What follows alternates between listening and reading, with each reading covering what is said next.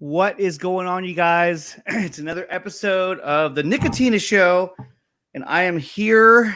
I'm putting my socks on because even though it's really hot outside, my air conditioning has it so cold in here that my feet are cold, and that's very uncomfortable. I don't like it.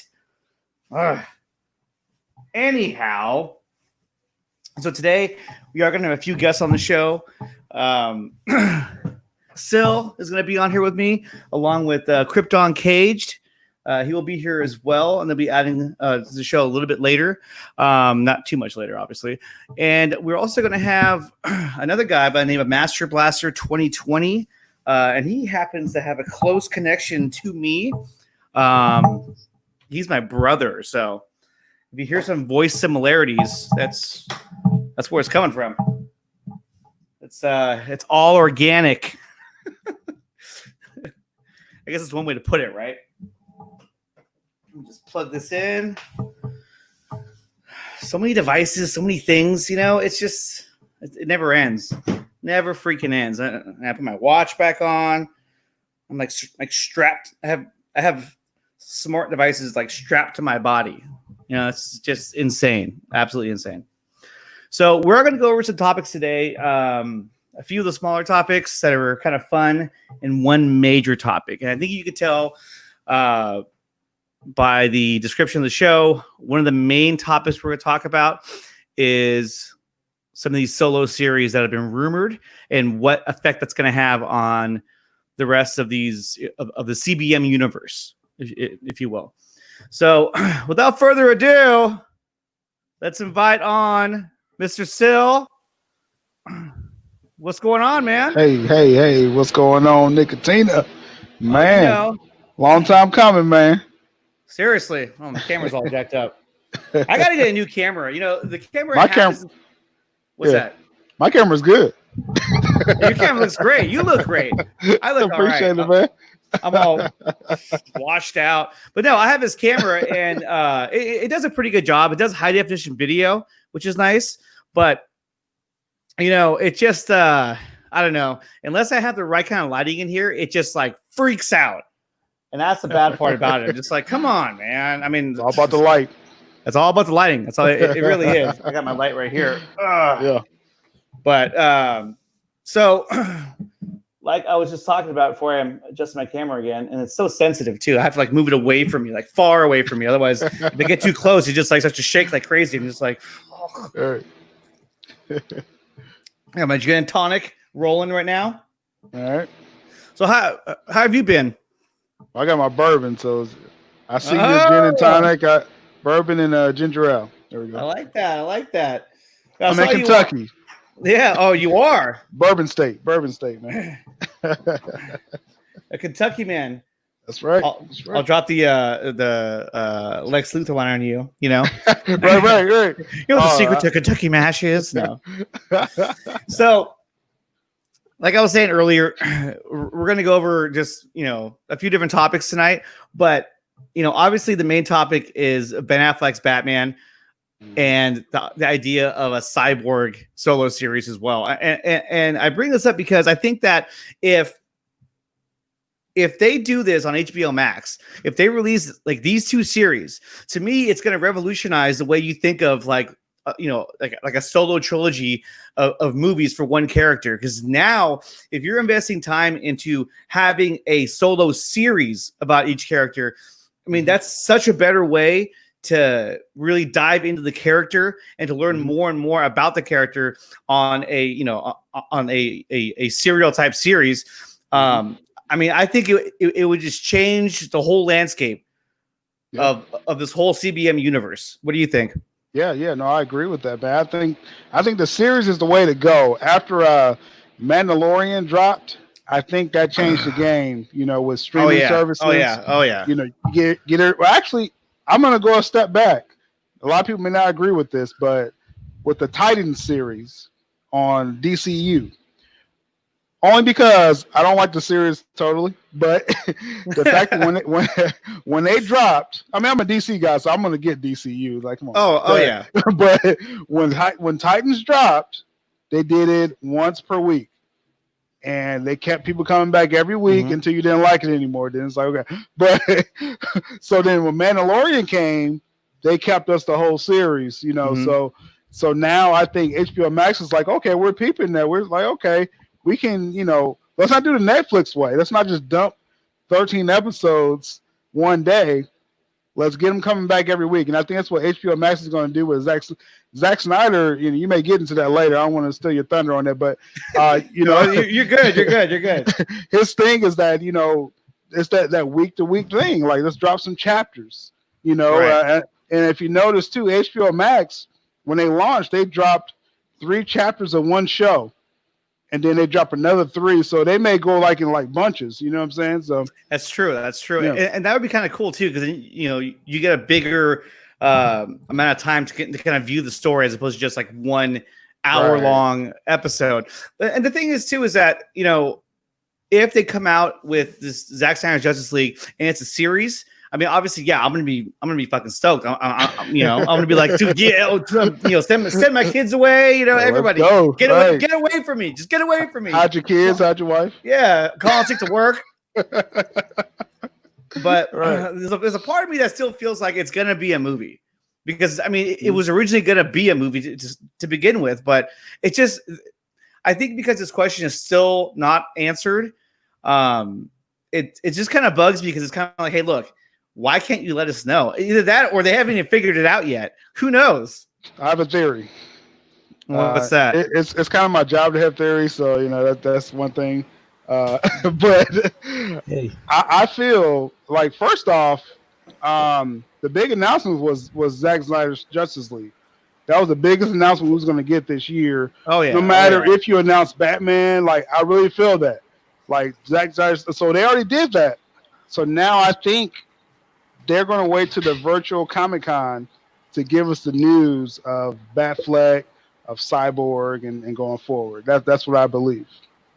Yeah, no, I think you're completely right. I mean, that's the next biggest platform to make that kind of announcement. I want to welcome Krypton on the show. What's up, man? Hey, guys. What's up? Did you drink that coffee that we talked about? You still loading up there? Well, because last time he was on, like, I thought he did fine, but he was like, "Oh man, I'm really sorry if I seem kind of tired." I was like, "No, you're fine, man. It was great." Yeah, here comes Descended now. He coming in? Well, I don't know. He's messaged. Oh, he did something else. But what's up, Krypton? How are you doing? I'm fine. Was just working on some videos and I don't see him yet. Music. He probably needs to like reload it. You don't see him? Krypton, they cannot see you. Syl cannot see you. Something is badly wrong. I mean, I can see him, but you know that doesn't always mean anything. Even I can see myself. Oh, there's Ascended right there. What's up, man? Did you? If you could hear him, I'm gonna reload back in. Okay. All right. Oh, now you're. Oh, there you are. I was like, now your face is gone. Jesus. So you can see me, right? I could see you just fine. All right. It was probably his computer. I just didn't want to say anything. This is the first time he's been on this show, so I don't want to be like, "Hey, man, it's yours." No, it could be anything. Who knows? Let's see. Ascend is out here. He's in the chat line. Yeah, but he can't join. I don't know. Hey, man, if you want to join, let me know. Here, I'll be the nice guy, and I'll send you the link, just in case you're interested. What is this? Oh. He probably won't. Well, you never know. He asked in the comments, want me to join? Oh, he did? Oh, yeah. Well, he's got the link, so if he wants to, he is more than welcome. We need that British accent, you know? Yeah, definitely. The Flash voice. It's that 007 style, you know? So we were talking about the idea of that if they make this announcement and they release a show like Ben Affleck's Batman or the Cyborg series, that it's going to change the whole landscape of how they do, you know, like a solo outing for a character. So instead of having a solo movie where it comes out and then other stuff comes out and then your next movie comes out. You know, are they kind of playing it all out? If you have a solo series, it could be 10 episodes, it could be 12 episodes, it could be 8 episodes for all I care. I mean, that changes the whole complexity of everything, because now you have so much more time to understand and really dive into these characters, which is going to make a huge difference in terms of, you know, how comfortable you are and how much you recognize the characters when they're actually on film in these movies. I mean, when the Avengers came around, especially you know, Infinity War, by that time we all already knew the characters so well, and so you know, you felt this sort of like, you know, comfort level with them. And so if DC was to do that, it would be huge. Yeah, for sure. Oh, here he is. Here he is. Hey. Hello. Hey, what's going on? I'm good. How are you? I'm good. Gentlemen? Good. Krypton, it's been such a long time. Yeah, man. It feels You've just like been it. very busy. Oh man, we don't even know. How you guys doing? You alright? Yeah, no, we're doing good. How are you doing? I know that your house was like busting at the seams. And that must have sucked. Basically. Yeah. I'm guessing the right word is leaking. Leaking. Yeah, leaking. He sprung a leak. Yeah, so I mean, by the way, I should just say that it is 4:14 a.m. here in the UK. Oh, damn. So if you don't mind me, I'm gonna try and be a little bit quiet. No, I want you to be as loud as possible. I don't care. No, I mean, that's totally understandable. So I'm about to wake everybody up. Just kidding. So we're talking about the fact that if you know, if a solo Batman series and a solo Cyborg series were to come out on HBO Max, you know, what impact do you think it has on the idea of now? Why even have a solo movie when you can do a solo series? I mean, do you feel like it's going to change the entire landscape? I do, but I like to get your opinion as well. I think it changes from character to character. I don't think somebody like Batman could do HBO Max purely because out of they would want to make the best amount of money they can. That is it. Cyborg is somebody that can happen on HBO Max because it's a big character, but you know, they know that, I don't know, there's a bit of leniency there. But with Batman, they're going to want to milk that as much as they can. I would like to see it, you know, I would love to see a Cyborg, you know, TV show, a miniseries. You know, as you were saying that, I actually just thought, how nice would it be to see something like, you know, the script that Ben Affleck wrote for the Batman, to see that actually on screen as a miniseries. I'm sure he can fill bits in here and there to make it a proper TV show, but something like that would be amazing. I know for a fact that if they're going to spend a lot of money into it, they're going to want to make a lot of money back from it. So it really depends on what HBO wants to do and really how much they're willing to let go, you know. No, but definitely. There are great opportunities there. For sure. Oh, there's huge opportunities right there. And at this point now, you figure, you know, if you were, I mean, I can't imagine that they'd be able to do one with like, you know, Wonder Woman or Aquaman, because they've already established themselves, you know, in their own movie. I mean, it's possible, or it's possible that they can cameo in, like, let's say Cyborg's show, or the Flash can cameo in it, which would be huge. But I just think that if you invest in this, then you can basically change the way everyone thinks of, you know, these solo outings. Because I mean, it's just such a better way to tell a story. It's instead of just, you know, doing one movie, 2-hour movie, 2.5-hour movie, whatever. You have, you know, like an 8-episode, 6-episode, 12-episode series that would just be so much bigger. And with a character like Cyborg, there's so much backstory with him that there's plenty of a story to tell, especially afterwards on how he's dealing with his newfound abilities and, you know, trying to live in a world where, you know, he might be looked at as a monster. Still's back. Welcome back. So I had to pay my internet bill real quick, and we're back in it. On bill pay, like. But no, I'm good. But what's up, Krypton Cage? Appreciate what you do, man. Nice to meet you in person now, face to face. So Thank you, Cyril. you can Nice to see meet him. you too. Yes, I can see him now. I don't see Okay. the extended Oh. ancient over here. Ascendant Ancient doesn't like to show his face. Okay, that's like Zod Rider. Zod Rider's my buddy. He Yeah, never yeah, shows his face, exactly yeah. like Zod So I Rider. get it. I totally get it. Hey, how you You doing? know, What's up, man? You know- I follow you on Twitter. I'm sorry about this, Nickatina. I follow Oh, you it's on okay. Twitter. Ascendant. I think I follow you on Twitter, but I think you had one of those first early photos of unreleased Justice League. I've been following you ever since, so I appreciate what you do, man. Thank you. I mean, that was a long time ago, but Long time. That's how long I was riding. it's a long ride. The ride, Oh, yeah. the ride We ain't here, over though. yet. Yeah, that's right. That's right. Yeah, see, got it. But you know what, Nickatina? I was gonna say that something because as you were speaking, I thought how great would it be to have TV shows for people like you know how they did the Joker that was quite low budget, but it was a really good movie. Imagine doing something like that, but for somebody like Mr. Freeze, a TV show about Mr. Freeze and his wife and him trying to save her. It would be you wouldn't have to spend a lot of money on it, but it would be a great TV show with Yeah, great that'd be writers. really writers good, really behind it. good. So Yeah. you can take, I like that you can angle take too that. because like you're taking on a character that like obviously he's a villain, but there's so much more to his character, and so a series would allow him to or allow the writers to really delve into his story, and so you actually feel more compassion for his character, because Oh yeah, of what he's going through. Yeah, and they're going to spend the money. They're going to spend the money on whatever they do on HBO Max. They went on record.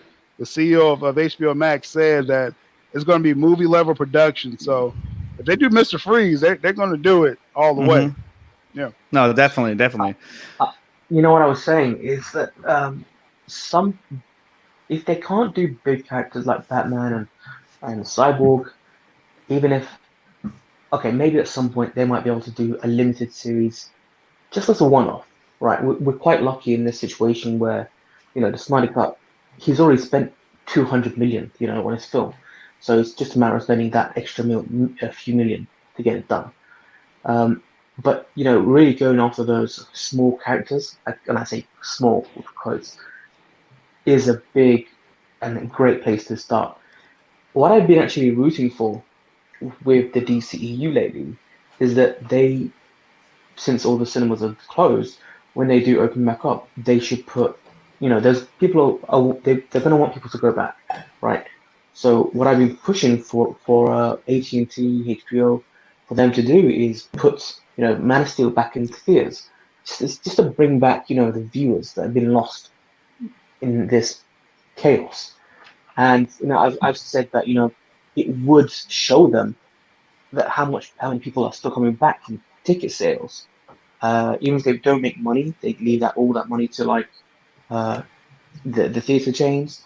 They could get real statistics on how many people are going, how often, stuff like that. And I think that's a great place for DCEU to somewhat reignite everything by restarting that. Show Man of Steel, show BVS, Aquaman, Wonder Woman. I think that's the best place for the DCEU to restart again.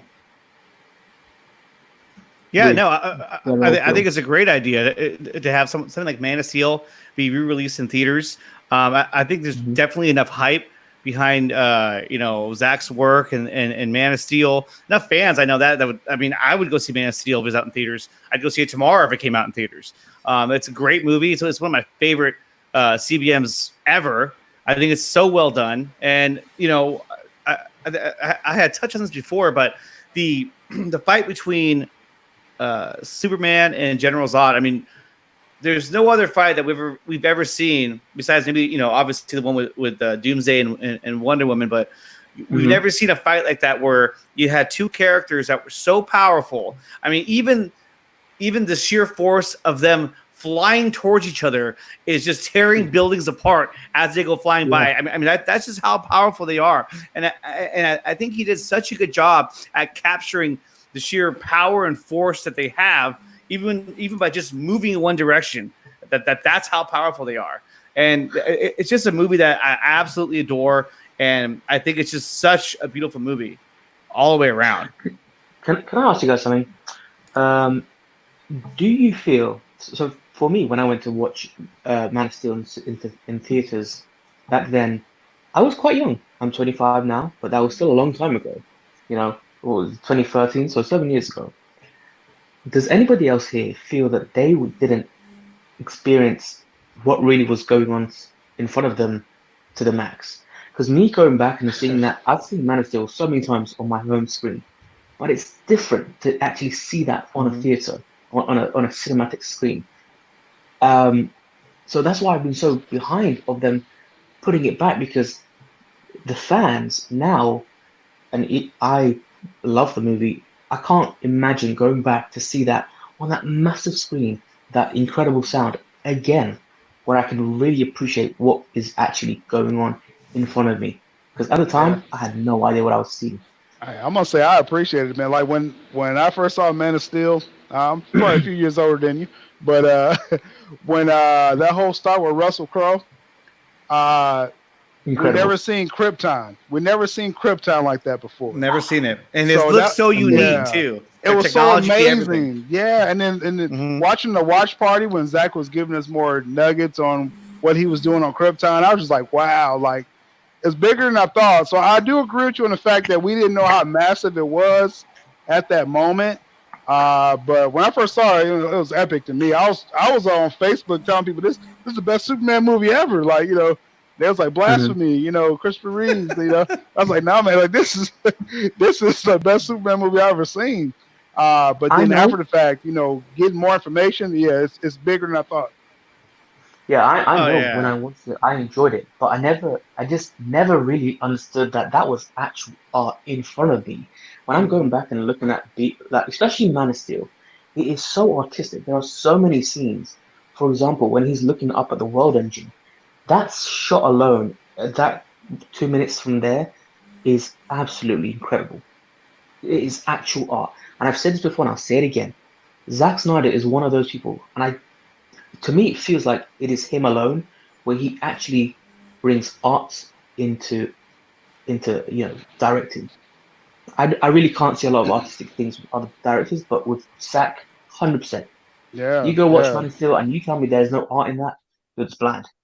And it carries over to BVS. Like we just had on our show yesterday, we was talking about how BVS is a work of art, man. Oh yeah, like, they even show art in the movie, like in Lex's room. Like it's such a work of art, and it's like you just got to take it in, you know, almost slowly in a sense, you know. Yeah. It's one of those movies where, you know, like you were saying, it's very beautiful to watch. And especially, you know, I would actually say both of them, Man of Steel and BVS. I mean, they're just beautiful to watch. You know, there's certain movies, certain shows that can capture that. You know, on TV, the TV show Mad Men, I thought was an excellent show, but it was just very beautiful to watch. The way they're dressed, you know, the way that they, you know, did this show. So it's set back in like the the late 50s or whatnot. And when you watch BVS, you watch Man of Steel, they're just beautiful films to watch. At the same time, they offer so many more elements to the film. But in terms of art, yeah, it's absolutely beautiful to watch, and I really just can't get enough of those two films. They're just so good. Oh yeah, 100%. I mean, every time I go back and I watch that fight again between, you know, the trio and Doomsday, it's amazing, and the freaking music. It's just every time I go back to that one scene in the beginning, I have to watch the entire fight because it's just amazing. It really, really is. When I was in the theater, man, like the way that Zach made sure every member of the Trinity made their mark on that fight with Doomsday, like that was because like it's like how are you gonna make Batman be a factor against Doomsday? And he did it, you know. Yeah, he did. That's just so amazing, man. Yeah, because you know, like for a minute, I thought, like, wait, is he gonna make him like run over there and like punch him really quick, then jump away? Like that's not gonna do anything. I was like, how is he gonna do this? But he did find a way to get him involved. When I first when I first saw the film, I actually thought that that Batman should have got the spear out of the water and then maybe Superman takes it from him. But the way that Batman had shot Doomsday with the kryptonite weapon, it made so much more sense to have him just do that. Yeah. Well, Zach was about the long game, so he had to make Lois a factor at that moment before Superman died, and then that set up the whole anti-life equation later. As far as I'm sure Zach will reveal that for us, but the whole point, Lois had to be there for that moment. Oh yeah, John here says I prefer the Doomsday fight. It feels more epic to me, and you have for the first time the Trinity working together. But Man of Steel was close second. Yeah, no, definitely. I mean, seeing the three of them fight against Doomsday, that was incredible. Oh, just that one shot, Nickatina, that you put on Twitter. I think you retweeted someone that had the Trinity on screen. Like that's what it was all about right there. Like that moment, it's like, okay, we're in for an epic ride. Like, Wonder Woman up front, then you got Batman and Superman flanking her. Like that's what it was all about, man. The one thing with BVS though was that I really wish, to a certain degree, I almost feel like if I didn't know Doomsday was in the movie, it would have been even more of a surprise. You know what I mean? Because that last trailer kind of revealed him, and everybody was like, "What is that? Doomsday? What the hell? What's going on?" If I didn't know he was in the movie, I would have. Oh my god! Blame Warner Brothers. Yeah, I'd have been like, "Hey, oh my god!" Shaking my friend. Oh, did you see this shit? Dude, but the thing is that Doomsday trailer is now regarded as one of the best trailers ever, right?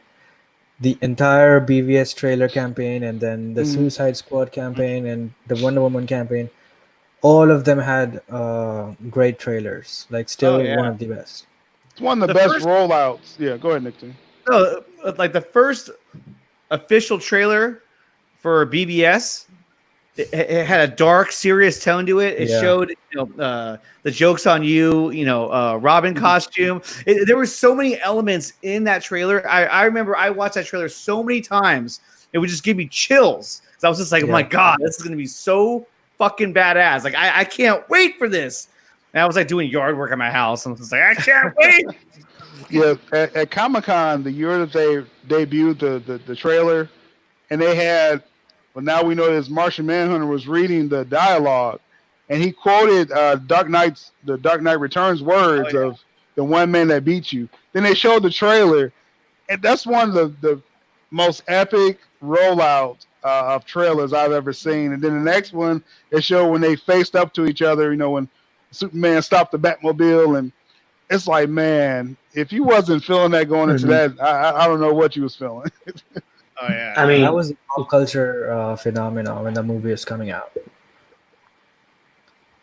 I mean, if you look at some of the scenes in like BVS, they are so designed to like really imitate. Because I think it's all based on is it Frank Miller? Right, yes. That's the director. That's the correct name. Yeah, it's all his movie, and that's the one reason that Ben Affleck signed up, because he loves that version of Batman. Yeah. And he really wanted to work with Zach. And I'm glad that they got to do that. And we get to see somewhat, because, as I'm saying this, I'm just seeing that image of Bruce and Superman there as the car just got wrecked by Superman just standing. It's such a great shot. And oh, man. You know what I was going to say earlier on, actually? Let's going back to a bit about Doomsday. We know that Bruce had... Okay, this is a bit of conspiracy, right? We know that Bruce had his visions, right? He saw the Flash. He had the nightmares. He said he'd been having nightmares for a while, right? So he's seen some of the stuff. So, my question is, why is it that Luthor, right, knows this kind of stuff? Why does he know about, the bell ringing, being Superman screaming? He knows about the mother boxes. He knows about... the ship, the things in the stars and whatnot. So my question is, how does he know? So is Lex having these visions as well that drove him crazy?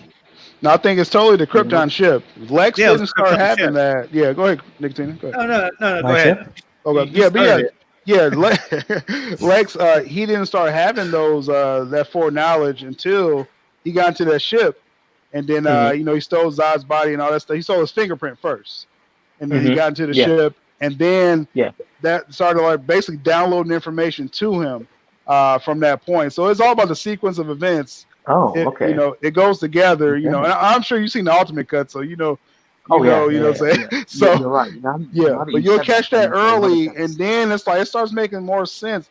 It takes a second watch though. You won't catch it the first time. I know you've seen it many times. I'm just saying, but the first time you watch, I'm like, how was Lex so far ahead of everyone? Then the next time you watch, you're like, wow, like this guy, he was plotting the whole time. When BVS came out in the theaters, I think all of us were just theorizing all this stuff. Like, how did he get the fingerprints? How did Lois know about stuff? And how did the African woman scene? All of that stuff. It was not there in the movie, so we had to just theorize it. Theatrical, In the theatrical. Yeah. So some of us had it right, some of us had it wrong. So we just had to in our minds fill in the gaps. And when the Ultimate Edition came, then that was it. All the answers were there. Everything was told in that one. And because he goes into the ship, and when the soldiers show up, and then you see him, Lex, in that pool of blood or that's liquid, and the Steppenwolf was there, like that's when I saw that scene, because like they released that scene, I want to say before the Ultimate Edition came out. Yeah, it did. Yeah, a week after it came out in theaters. Yeah, when I saw it, I was like, "Oh shit, what is that? Why wasn't that in the movie?" That's not important. Why would you cut that out? It's the same thing as in Wonder Woman, how they cut out that scene where they're trying to figure out their next adventure, whatever, and then I forgot her name. The girl comes in and she's like, "Here, we got to find this," and it's a mother box.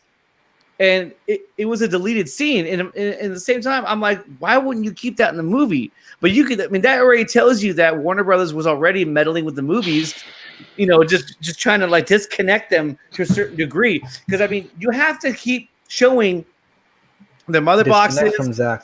Disconnect from Zach. Because like those were big connection points that should have been shown. And because then it connected to a bigger story. And just how the MCU, they had, they always showed references to, the Infinity Stones. So it was building up to something else. Not to mention Thanos, like at the end of like almost every movie back then, But it was building up to something else, and unfortunately, it didn't go the way we all wanted to. But still, those scenes are very, very important. And he definitely learned, what was going on from his experience with Steppenwolf. Especially a Steppenwolf one, because that was, I think, the first time we actually saw that character, right? So that was a big reveal, which didn't happen in the movie. It was, and I remember there was constant, articles and videos of people trying to figure out who it was. They're like, maybe it's Darkseid, maybe it's this guy, maybe it's that guy. Then all of a sudden, everyone started narrowing it down. Okay, it's Steppenwolf, and then finally, I think he announced it to Zach. Somebody finally, said, that's Steppenwolf. Yeah. And then of course they changed the design, which I'm telling you, the design for Steppenwolf in the theatrical in Justice League, he looks like he looks right out of like Pirates of the Caribbean. He looks like one of the bad guys who lives underwater. You know what I mean? Like I'll do you one better. On my guy's channel, Dawson from Nerdy and Many Ways, we said he looks like a bad sculpture of Liam Neeson. That's what Steppenwolf looks like. If you see his face, you're like, he does. He actually does. So it's almost comical watching this theatrical cut. Even now, like when HBO Max came out, so I started watching BVS, and over here I was able to get it like at 1:30 in the morning or 1:35 in the morning is finally when I found it, right? So my first, after like looking at the app, and I made a video about it. Once I was alone, which I already was, but by the time it was like 2 a.m., I put on BBS, right? It's of course it's a theatrical cut, right? I'm starting to watch that and falling asleep. I'm like, oh, and then I go, oh, wait a minute, and I go back out, and then what do? I find Justice League, and like it always does to me, I'm like, well, and so I watch it. And thinking that like maybe it'll be better this. No, it was horrible. It's a horrible movie. Like, why would you do that? Yeah, I don't know. I don't watch it anymore, man. No, that was the last time I watched it. I was like, I'm done. I'm done with this. I didn't go watched to the it theater since 2018. I didn't go to the theaters to see it at all because I knew leading up to it that it wasn't Zack Snyder's, and so I watched it one time. Yeah, I watched it one time, like on rental, like through my cable company, and I was like, okay. Then I just been watching fan edits since then. Yeah, exactly. Yeah. So I didn't touch it after one time. Dude, let me tell you about. Oh, fan edits is like AB director. He's like those are the best ones out there. And I've watched his fan edits so many times, and it's like the only way that I can watch these scenes from Justice League. It's the only way I can watch it because it's just the actual music's incredible. Oh, the music, like it changes the entire scene by just having Hans Zimmer's music in those scenes. It's amazing. And changing the color. Yeah. And getting rid of dumb lines like "I didn't bring a sword," things like that. Where you're just like, what? And like when I saw it the first time, I was sort of in denial because I thought, they're just trying to be funny. Right on, like. This laughing at you. Yeah, Joss Whedon. Yeah, and then it didn't take long, especially when I started reading articles. I was just like, "Damn, dude, I just got shafted." Like I'm over here trying to convince myself it was a good movie, and it really wasn't. It felt underwhelming from the start, and not to switch gears too much, but going back to BBS, the first time I saw it, right, and we were talking about how there's a lot of plot points that like we're kind of putting together in our heads. So I'm trying to do that, but at the same time, I'm staring at the screen, just like, like I'm like too in shock, like, oh, right. What was that? So much. Yeah, I was like, what's happening? What? Ooh. And then my buddy who I'm with, so we get out of the movie, and I'm like, dude, that was fucking badass, dude. I'm like, that opening scene, that was incredible. Yeah, that was. Oh my God, that was so badass. And he was like, yeah. My friend goes, yeah, that was pretty badass. He's just like fighting some dude, right? Like, is that like another bad guy? I'm like, no, that's General Zod from the previous movie. Do you remember the previous movie? He's like, no, dude, I don't. I was just like, fuck. Everybody didn't get it, man. I was like, you want to get something to eat? At that point, it was over. I was like, whatever. One of the coolest edits I saw was when they did a split screen of the end of Man of Steel with the beginning of BBS. And you just saw how everything, Zach made sure everything lined up, man. I was like, man, this man's a genius. Like, goodness. I think I joined the movie at that moment. At first, I thought it was actually footage from Man of Steel that was shot from a different angle. Yeah. It looked that identical. I mean, yeah, the color grading, the everything about it. Yeah. And rumor is, Zack Snyder's Justice League is going to start off with a mirror of Superman dying from a different angle. So, if it does, we're going to like it however it happens. But that's just a rumor. From Lois' perspective. Yeah. Oh yeah, I mean, honestly, the movie could just be like a scene of Henry Cavill, the black suit, taking a dump. I wouldn't care. Yeah. I'd be like, yes, badass. I wouldn't care. Yeah, I wouldn't care at all. 4K. Every detail, but no, and that's the other thing too. So it's going to come out, and we already know that there's going to be a slew of critics that are going to give it bad reviews, just because. They just want to be, or they're mad at this whole movement, and that's the sad part about the whole thing, Will it get a Rotten Tomatoes page though? The Rotten Tomatoes page? Yeah, will it get it? The movie? Yeah, they still rate streaming and TV shows, so yeah, it'll be on Rotten Tomatoes. Oh yeah, definitely. Yeah. But it'll be at their mercy for that. But that's one thing that I've been starting to do some work with the Culture Nerd.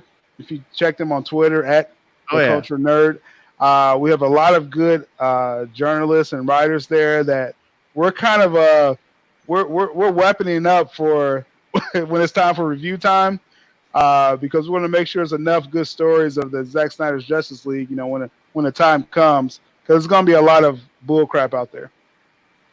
Oh hell yeah, dude! So we're gonna be I want to ready. tell you about. That's a cool Well, idea. John even There says is gonna be- the image posted of Superman dying from another perspective is the top-down view, and it's true. He posted that image of Superman, you're looking straight down at him, and it says he has yet That's to a rise. shot from BVS too.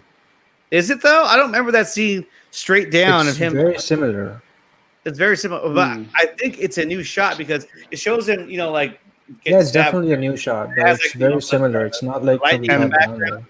And the Doomsday has an incomplete model on the picture that he shared. Yeah. So he still built it. At that time he was.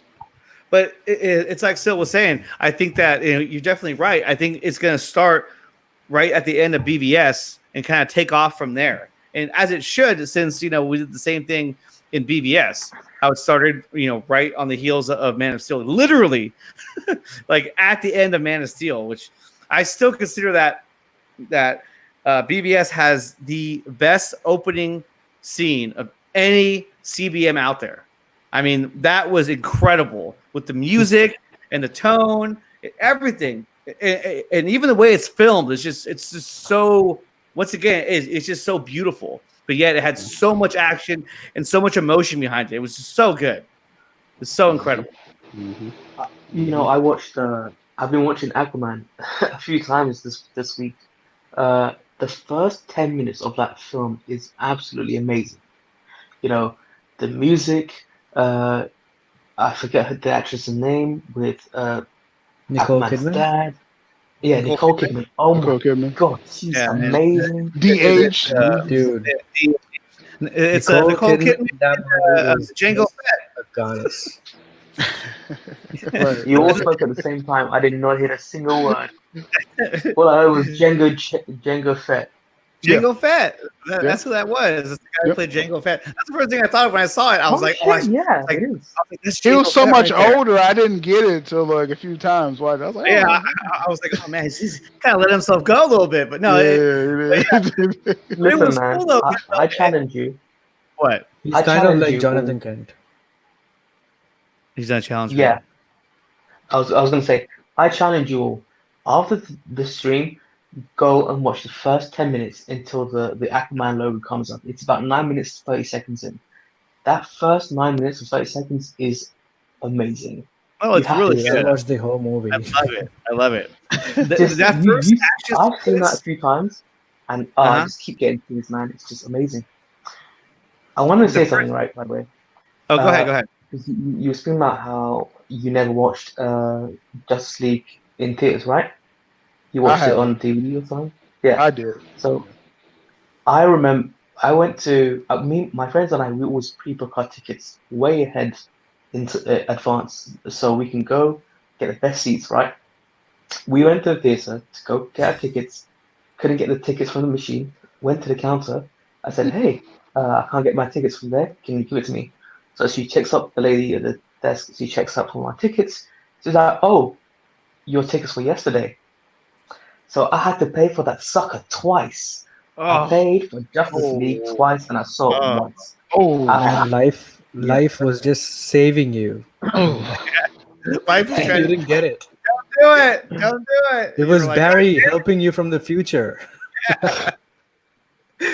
Oh yeah, that was a. You paid double the price for a Basically, terrible.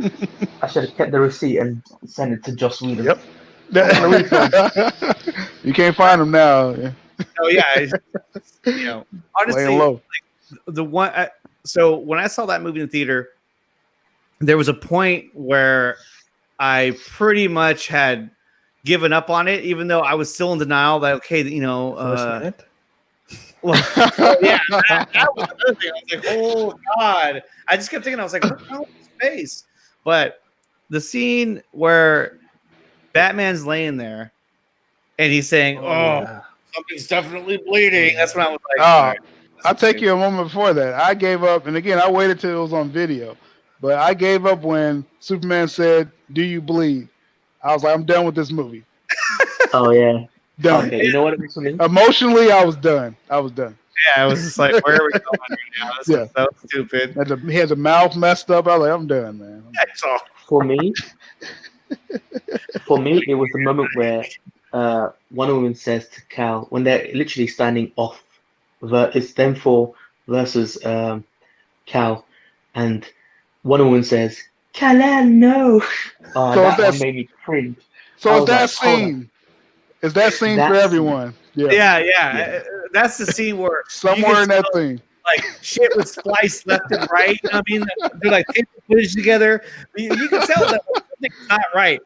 Like I knew going into it, or to that point, I knew that some things had been changed because I was like, well, Joss Whedon shot some of it, so maybe they tweaked a little bit, or maybe Zach wanted to add a little more humor. That's cool, right? But then when we got to that scene, that's when it was very apparent that like something is definitely wrong. Yeah, she goes, Kal-El, no. I was like, oh man.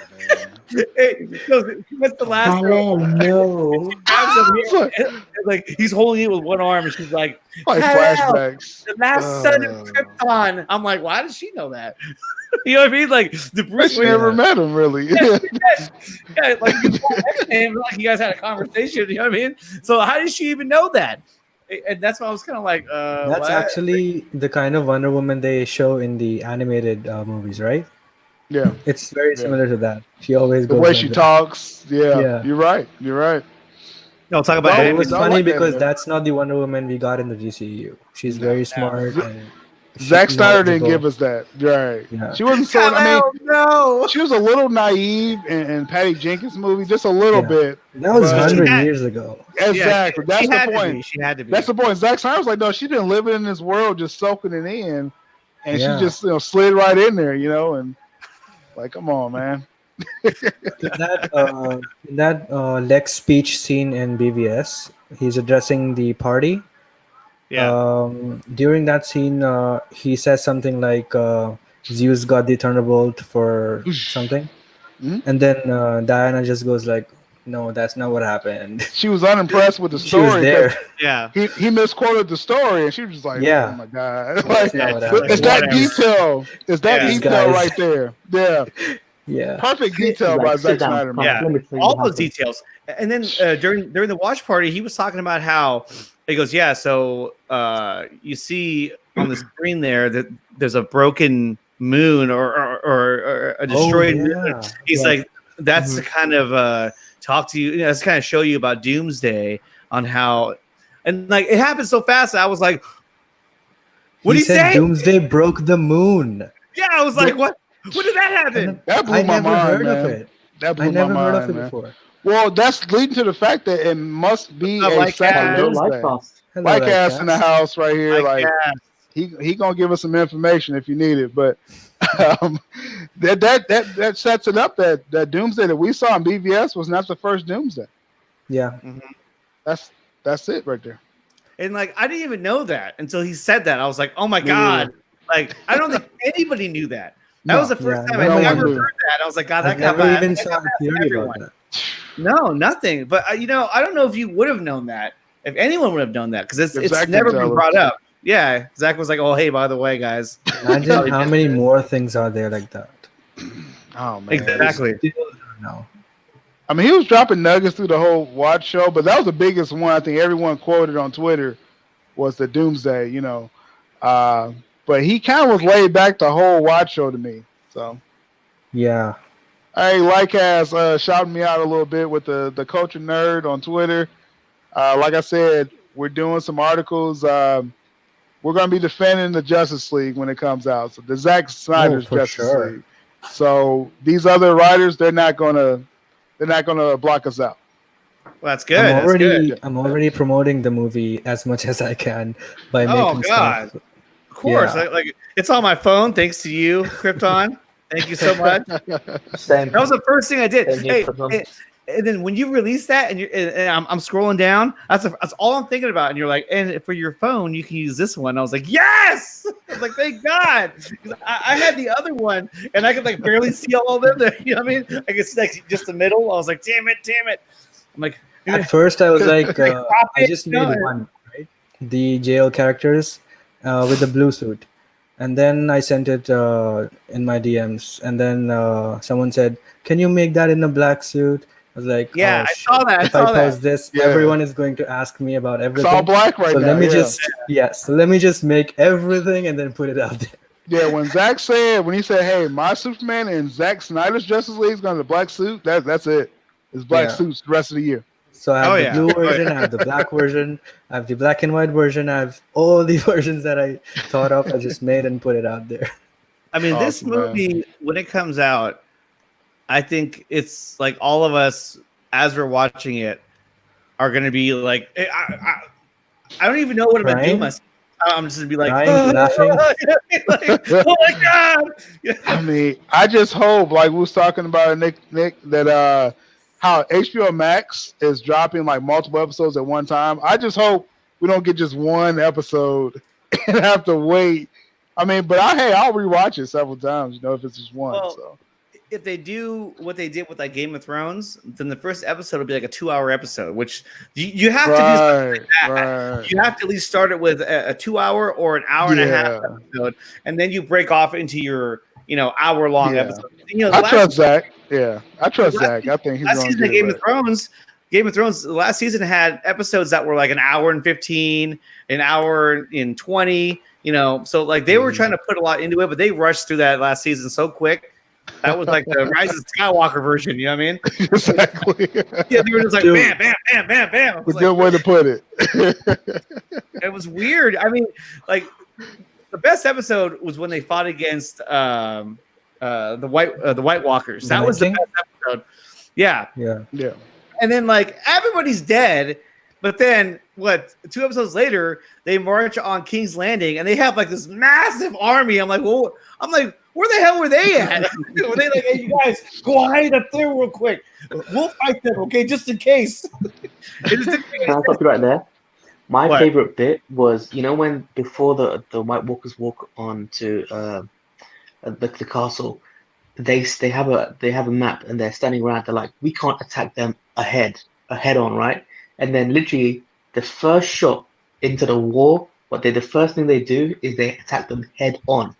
Like, who was writing this? How did you, you said don't attack them head on, and then literally the first thing you did is Dothraki charged them head on. The stupidest thing they could have done. But yeah, it was a hella rushed. So I'm going to choose to accept that the 8th season never came out. I will say this though, I really did enjoy that 2-hour battle. Basically, I did like the 8th season though. I mean, I do get that it was rushed, and I feel that.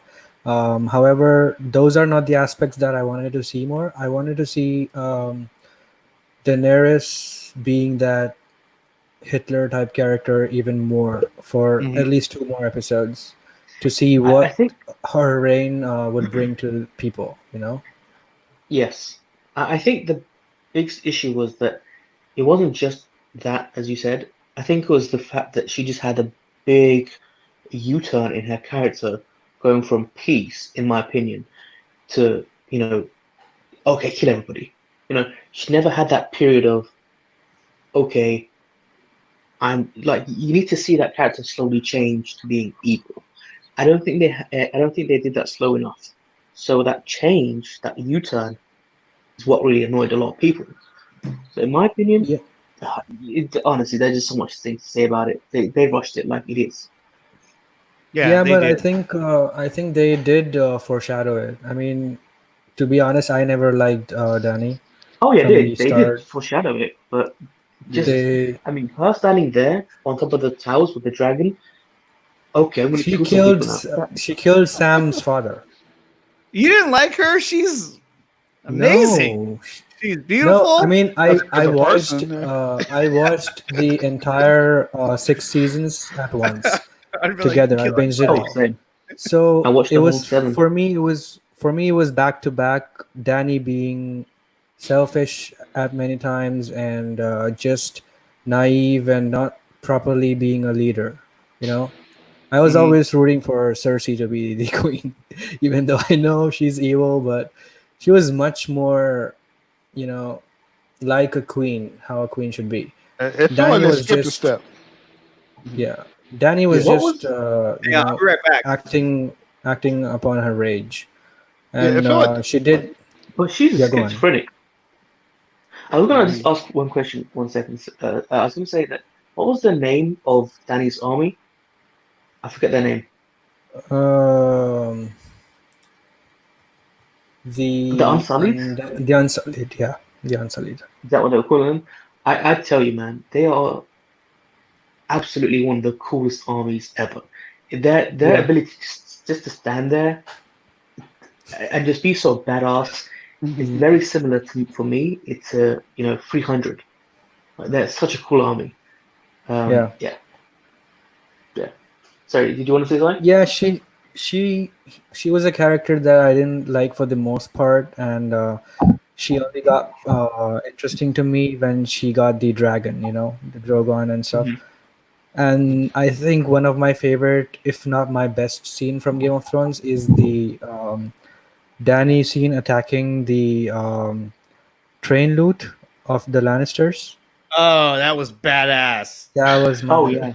I think that was my favorite Game of Thrones scene, or at least top 3. Like, I like the Lannisters the most, and even then, the Lannisters getting destroyed by that fucking dragon was my favorite scene.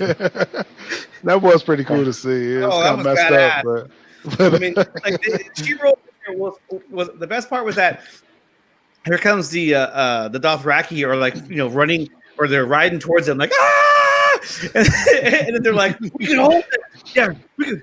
And all of a sudden, here comes Dany on top of Drogon, the dragon, and just with the big old wings. But the best shot in that entire scene was you see the dragon come over the hill over the Dothraki, and then they go to a side shot where all you see is her riding it, and the Dothraki riding underneath the dragon.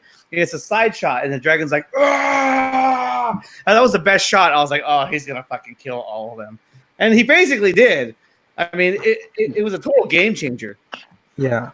My favorite shot from that scene, I think, is Tyrion looking at all of them getting destroyed and getting sad. It was similar to Henry Cavill's scene in BVS when the, what do you call it, exploded. Yeah. Oh, the he nuclear stood there bomb? just in the fire. Yeah. Okay. He just not the nuclear one. The Capitol building. Oh yeah. Exploded. Oh, Right? Oh, in the middle of the okay. Yeah, so he was just standing there and being sad.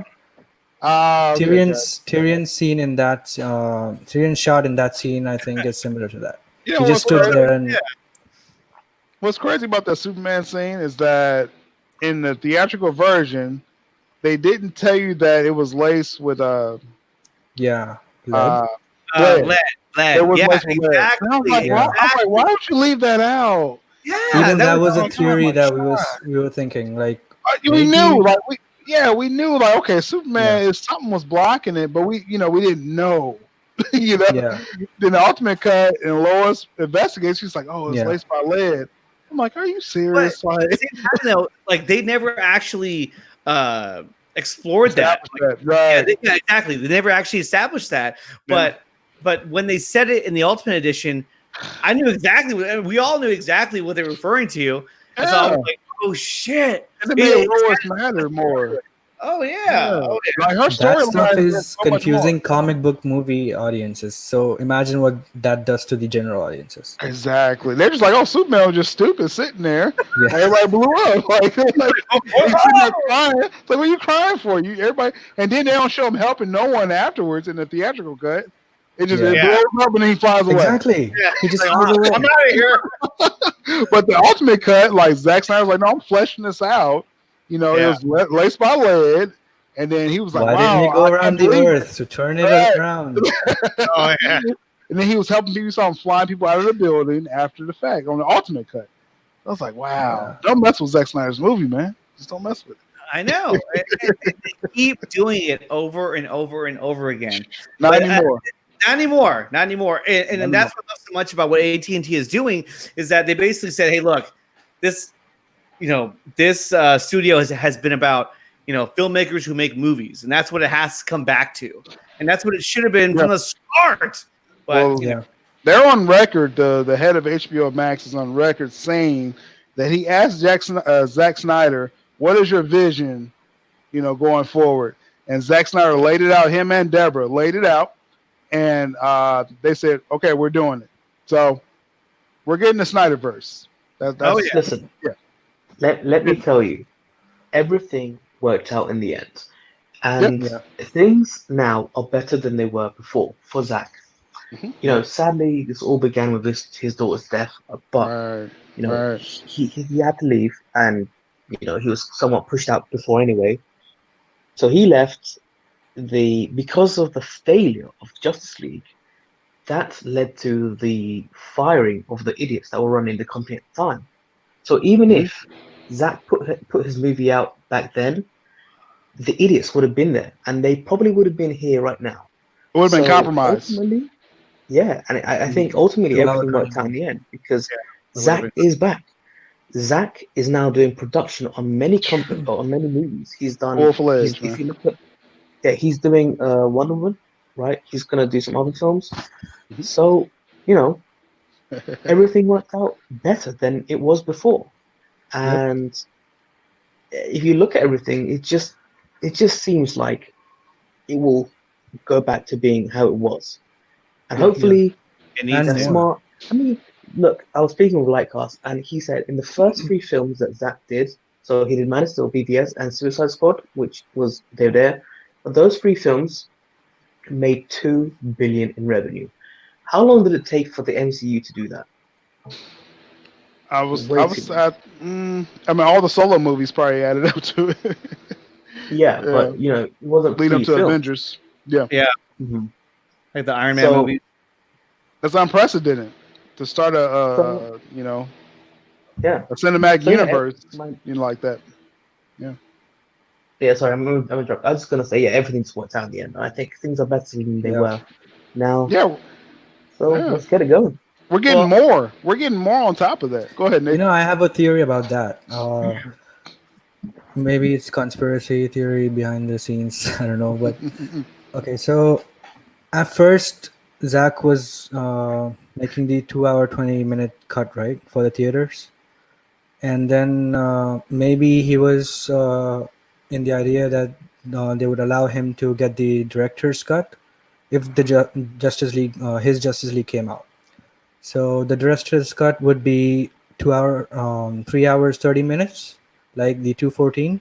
Yeah, 214. Okay, so that was the original plan, and he was fighting for that. Even in our movement and all, we were fighting for 214 until November and December, till he released that 214 image. I think the talks started happening in November, right? Yeah. It did. With HBO Max. So I think until then, Zack was just in the idea of releasing the 214-minute cut. However, it comes out either with WB or with HBO Max. But then they started getting into, okay, what's your vision ultimately? What do you want to do after Zack Snyder's Justice League? Just lay it all out. Yeah. And then they were like, and Zack was like, oh, so they're interested in more? Let me make it more than 214. Right, exactly. That was a real conversation, though. That was a real conversation. Yeah. And when HBO Max and AT&T just told Zack that, okay, let's get this movie out. Let's work out the legalities and stuff. You know why I think this is not just a one and done? Firstly, his vision expands till 3 more movies, right? Jail 5. And then the legalities of it. So they had to all go through the legal issues and getting more money and signing all the new contracts with the actors and stuff. I don't think they would go through so much trouble just to get one movie out, and not even one movie. It's just another version of his movie, right? So I don't think it's just Zack Snyder's Justice League and then they're done with the Snyders.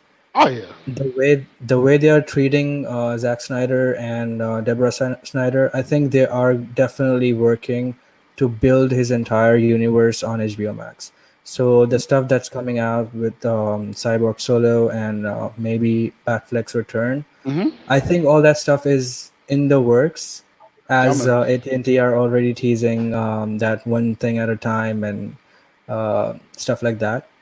So I think there is a bigger plan, and why not? I mean, this is how the universes work, right? You have to have a Exactly. 5-10 year plan.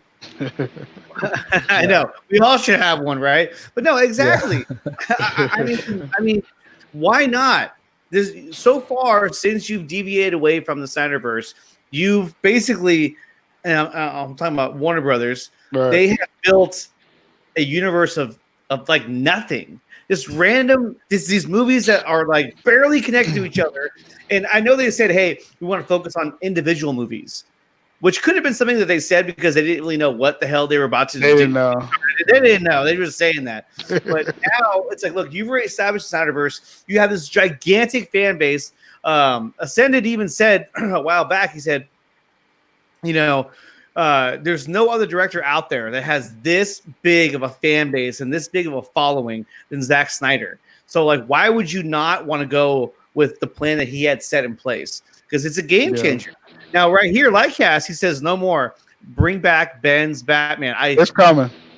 I wholeheartedly agree with you. And then he drops, maybe tomorrow? I don't know. I don't know, Matthew. Lightcast. I don't know, but I'm saying Comic-Con. I'm saying virtual Comic-Con. Whenever they decide what date that's going to be, it'll probably next month. We'll see. We'll look at tomorrow and see what happens, but I always fight against Lightcast, so he's so smart. He's so smart. I just try to fight against him. Oh yeah, no, definitely. Oh. Yeah, but if it gets announced tomorrow, holy shit! I don't think it's happening tomorrow. I don't think it's happening tomorrow. Because tomorrow is just kind of a random day. Announced it on a Wednesday. Maybe something's going to be announced. I gotta check my sources on that. Lightcast.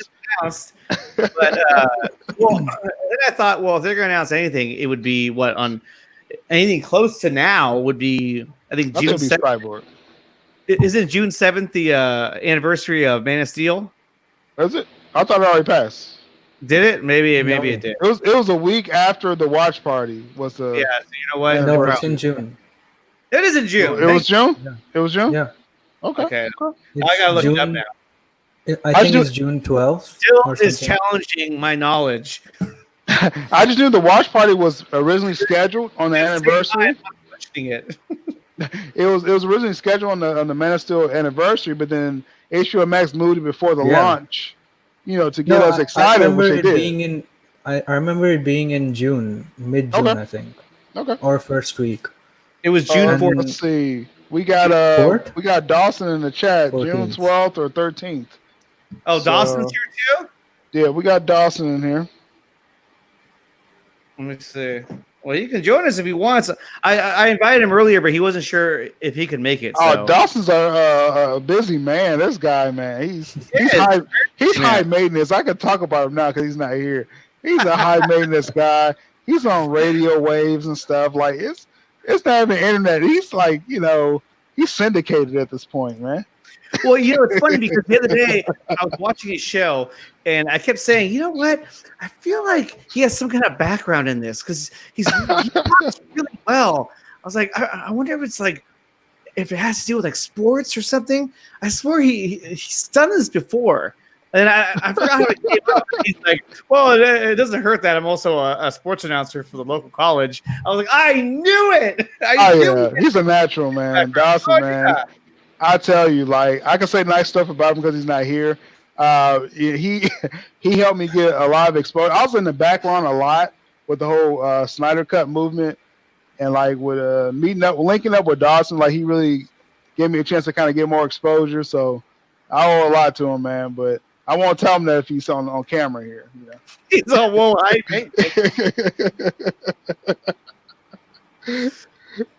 that guy, man. Come on now, you're on local radio now. Hey, but Dawson, you were close though. You said June 12th or 13th. It was the 14th. I thought it was the 7th. So I was a whole week off. That's what I thought. I was with you on that, Nick. I thought that's what it was. I thought it was the 7th. According to the internet, and the internet is never wrong, especially Wikipedia. Except Wikipedia. I know. Yeah, the internet you guys is. hear me? Yeah, I can hear you. Oh, okay. Sorry, I had some issues with text. You good, man? Sorry. I thought maybe you fell asleep. Me too. Oh, yeah, I thought you was taking a nap. I was that's good, man. Like we accept it. Well, it's like what? It's going on like 5 a.m. over there. And I was surprised you were awake. I was stoked. Hey, that's what RT Snyder Cut is about, man. It's dedication. It's worldwide, different time zones. So that's seriously. what's up, I mean, Dawson, Ascended's on. It's like 5 a.m. over there, but I know it's a little too late for you tonight. Hey, man. It's all good. We appreciate you, man. You one of the original. Even you just being here in the chat line means a lot to me. And, one of the original goats right there, man. I tell you. Thank you so much. Yeah. But June 14th. I don't know how I got that. Yeah, wrong. I totally misplaced the date. I just knew they had it set up for that watch party, and they moved it up before the launch of HBO Max. Yeah. So, That was a very big red flag for the thing, right? Moving up. More like a green flag. I was like, yeah. Yeah. You think it was a red flag? Oh yeah, just say the announcement's coming. Oh yeah. Oh yeah. That was fireworks. Yeah. I'll tell y'all this because I'm not going to keep telling this every stream that I'm in, but I get a chance to message Grace Randolph a lot, and she messaged me back and stuff like that, and she was tipping off the announcement a couple of days before.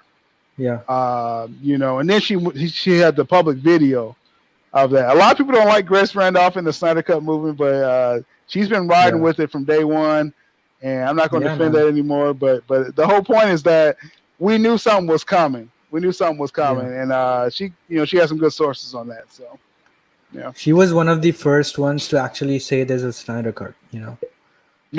Oh yeah, from day one. No, I'm talking about 2017. She was talking about the Snyder Cut review. In her jail review, one day before that she dropped. She tried to like the movie. See? Yeah, she just said that she wanted to like it. She's like, yeah, this isn't it. Yeah. This isn't it. And she started digging some more. Movie, and I would love to see Snyder's cut of this. That's what she said. Exactly. And this is when everyone was like, "Oh, there's no Snyder Cut. This movie's trash." Yeah. And it's over, like. But it doesn't exist. Oh God! Yeah. One thing she got wrong, though, I think I can say this now because it's too late for her to see this video. One thing she got wrong was that she said the Wonder Woman 84. I'm gonna make sure she sees this. We still have to see that. That Wonder Woman 84 was going to reboot the universe. And I remember that. I was like, that was not correct. Happen?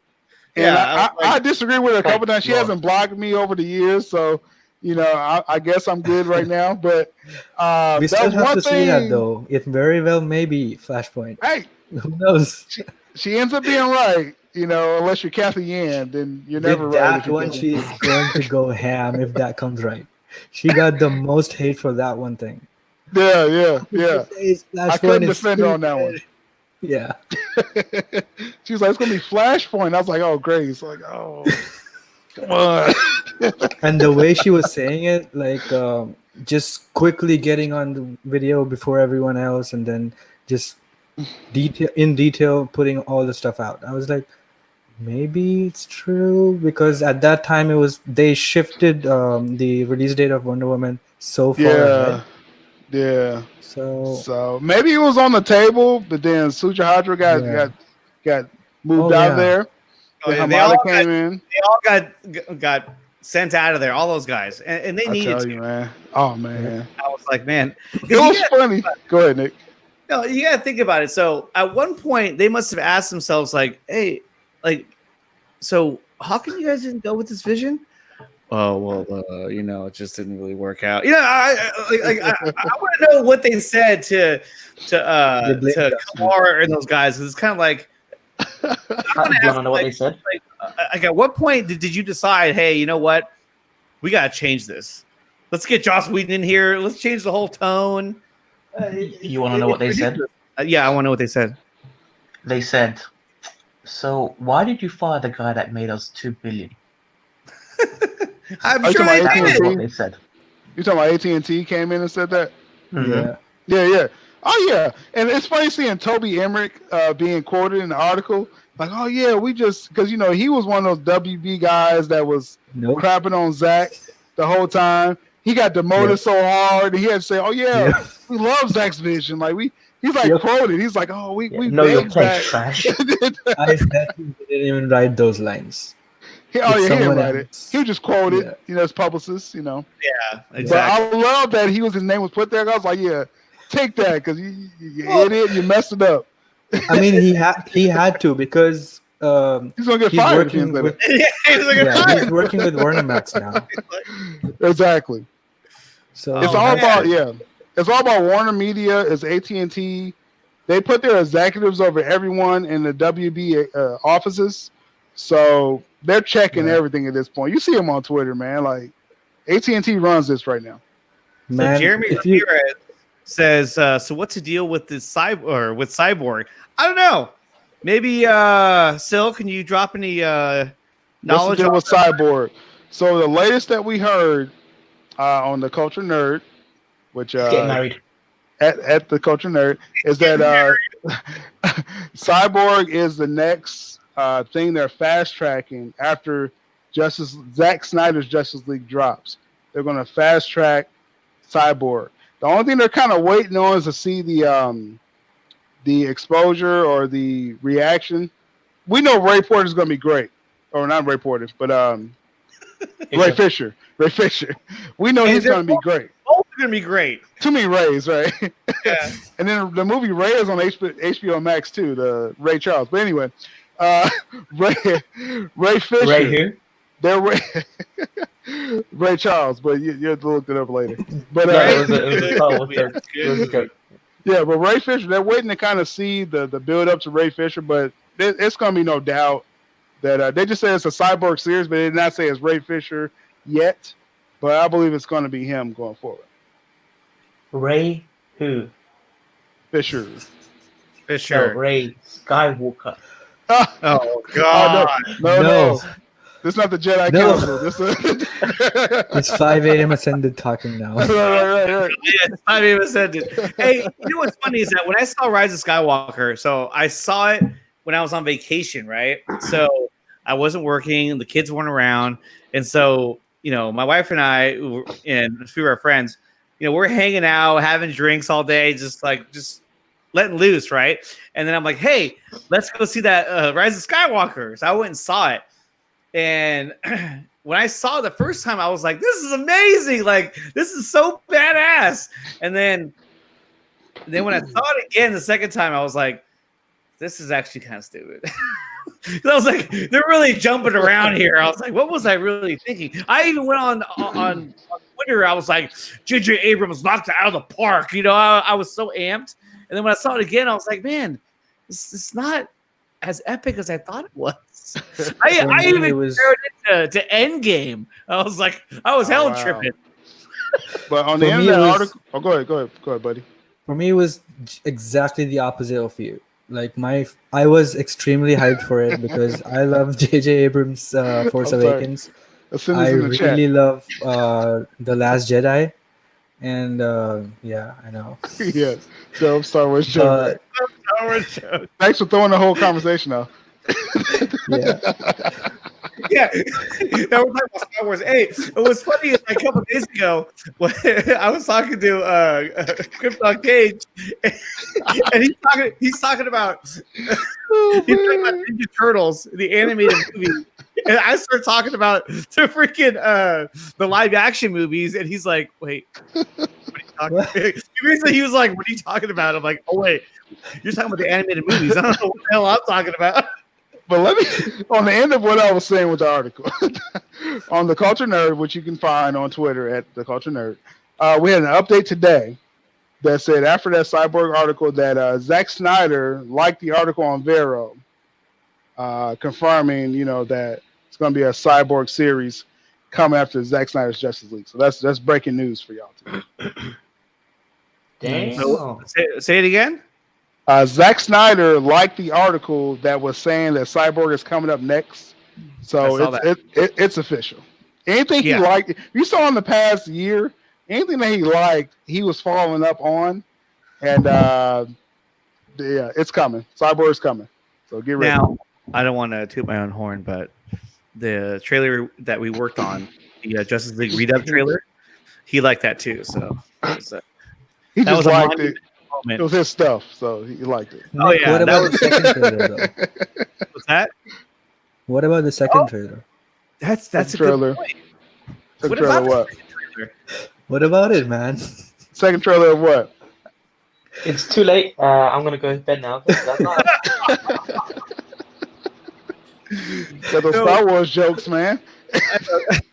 So we made a Justice League redub trailer where we dubbed all the voices with people who are a part of the release Snyder Cut movement. So I naturally did Aquaman, and then Ascended did Flash. Dave Pena did Batman, and we got Dave Dodgers to do Cyborg, and Liz Wonder, who sounds and looks identical to Gal Gadot, she did Wonder Woman. So now did Flash, didn't he? Yeah, he did the Flash. I wonder what he does next. I know. I just see Ascend is holding out for a bigger contract, and that's what he wants. He's holding out. Okay, that's okay. We follow you on Twitter, man. Like, just gotta give it up eventually. But it was a comment. It was a comment that you passed up, Nick, about James from the Man of Steel was challenging what I said about Grace. Did not say Flashpoint. Yeah, there we go. Flash. I'm sorry, Flash. Grace used the picture on her video saying Flashpoint. She did. She did use the term Flashpoint. I understand what you're saying, and I'm probably the biggest fan of Grace in the RT Snyder Cut group right now. So there's no shade against her, but she did get that wrong, I believe. But we'll see. We'll see when Wonder Woman 84 comes out. Flashpoint because obviously it's a keyword and for the clicks or whatever. But yeah, that's what Paul she did. She did say it in her video that it was just going to be like a reboot using the elements from Flashpoint. It's not exactly Flashpoint, but yeah. But don't show her this video because then she'll unfriend me. She's in the DMs. It's Alan, right? Don't tell her. Nobody tell her. On Aircut announcements. It's a good chance of that. I don't know if Lightcast is around still. Lightcast should be the one answering that. It's a very good chance. If it's going to happen going into next year, which I believe it is, I believe they're going to announce it at the virtual Comic-Con. They haven't announced the date of the Comic-Con yet. It's going to be virtual, but that's what I believe. If Lightcast jumps in and supersedes me on that, we'll see. That's what I believe. Well, let's hope he does. But I agree with you, though. I think if you're going to announce anything, it has to be at that virtual Comic-Con. And imagine the reaction. We don't know. Yeah, there's no official date yet. July. It's sometime in July. Yeah, it'll be sometime in July. All right. Okay. I'm just going to keep that up there. I am apparently not in the trailer. Don't remind me. Apparently not in the trailer, Cindy. I know. He won't answer it too. He's dodging the question. He's just being keep saying I'm just going to be quiet. Yeah. He's been very quiet lately too, so well, hit a nerve right there. I don't know. Sorry, what did you say there? I want to answer what? I'm not asking after that Ray Skywalker joke. I'm not asking you anything right now. I know. Send it. Just do me a favor. When you get the chance, I know you're a busy guy. When you get a chance, record the audio and let's drop it. That's going to be amazing. Because there's still one more trailer. Tomorrow's the day, don't worry. There's still one more trailer that we have to do. Because basically, we picked these two trailers because these two the Comic-Con trailer, the original one, and then trailer number 2 we picked because both trailers featured all Zack Snyder footage. Didn't have any Justice League in it whatsoever. So there's only one more trailer for us to do, and that's Zack Snyder's Justice League trailer. When that comes out, I think we're going to do that one too. But when that comes out, if they drop that on the virtual Comic-Con, imagine that. If they drop that Cyborg announcement. Oh man, like Batman. bad flick. Yeah. Oh, I mean, it's just gonna Haircut. annihilate the MCU. I think the most likely from that is the trailer because he's already working on it, and Dave Pena already said before that he already had a trailer before even the announcement came. So he had a trailer, and recently he said he's working on it. And Comic-Con it's Zach's place, man. He just hypes up the entire thing. He owns it, man. Oh yeah, I mean, it's the biggest audience. And then Superman. You gotta remember, it's gonna be a Superman announcement too at some point. Yeah, Grace said sometime this week. That's probably what's tomorrow. Like, Cass, I'm gonna challenge you on that. Our ongoing struggle. Dude, there has to be another Man of Steel movie. There has to be. I mean, how can you not want another Superman movie from with Henry Cavill? I mean, it doesn't make any sense. And the fact that he would even come to Warner Brothers when last year with Chris McQuarrie. Yeah, the Mission Impossible director. Yeah. He said, "Hey, this is our idea for a Man of Steel movie." And they go, no. And then the article came out that Warner Brothers had no plans for Superman anytime soon. I was just like, how can you not? That's why they all got fired. Man. Yeah, that's why they got fired. That's why it makes sense. Yeah, they got fired for that. Fired everybody, and we're trying to. People got severely demoted. Like they were idiots. Like imagine them going in and saying, "We don't have plans for Batman." It's almost. Well, we'll put him on a CW, but it's like. I'll be right back. I'm just gonna go. Oh, I can't make that joke. Go make that video. Right. Yeah. If they would have announced that, if they would have said there was no plans for Batman, think about the backlash that they would have got. I mean, exactly. It would have been an utter meltdown. I would have. Oh God. Idiotic, man. Oh, I know. Intruder 1092 says, any news of a Chris McKay returning with Nightwing? A 10-episode miniseries would be great on HBO Max, similar to Daredevil, dark and gritty. Yeah. I would agree with you. I like that, but I like it. It depends on what Zack Snyder says after Zack Snyder's Justice League. Well, and we talked about this too on the last show. He made the comment, that Robin was Dick Grayson. But then you're going to have a Nightwing movie, so it's like, well, how are you going to do that? But maybe a prequel. If they establish, hey, that's Jason Todd, nobody's going to question him. Like, hey, no, he changed the story. No, I'm going to be like, yes, go into that. Give me a movie on that. I have a question. So that's a great point that you make, Nick. The fact that Ezra Miller went to the CW Flash, that opened up the multiverse. Mm-hmm. So, yes, you can kill Dick Grayson in the Snyderverse, but you can have a Nightwing separate from that. It's got to be Dick Grayson if it's going to be Nightwing. And this is another point. Green Lantern is a series that's coming to HBO Max. Zack Snyder has a Green Lantern in the Snyderverse. It's going to be separate. It's going to be separate. But it's going to be a good, big production like Stargirl, or she has a good production. Greg Berlanti is putting up some money. So it's going to be separate. It's the multiverse at this point. So you can have all that. Stargirl has a big production? Yes. That's a good show. If y'all not watching Stargirl, this is not the crappy CW stuff. Yeah. No, it's actually really good. To be honest, I didn't like any of the marketing. I really felt like these shows should have also been on HBO Max, and maybe they will be soon. Yeah. But I feel like all the shows that are on DC Universe need to be on HBO Max, because DC Universe, you can still have them on there because you still have access to all the comics, so more content than what you got on HBO Max. But I still feel like those shows should have transferred over, like the Harley Quinn show. I was telling it's a great show. Yeah. I was telling Krypton, I sent a tweet to HBO Max, and I said, "Is there any?" I said, "Is the Harley Quinn show going to be on HBO Max?" It will. And they said, "To be honest, no, not at the moment, but probably something like that. I was just like, can you just tell me yes or no? Like, what the hell? Think about this. They off the DCU app, they have Doom Patrol coming, right? Right. You got Doom Patrol, okay? So they have a new season coming up. Harley Quinn was in the middle of her season when HBO Max launched. That's so true. you got like 3 more episodes to come, you know.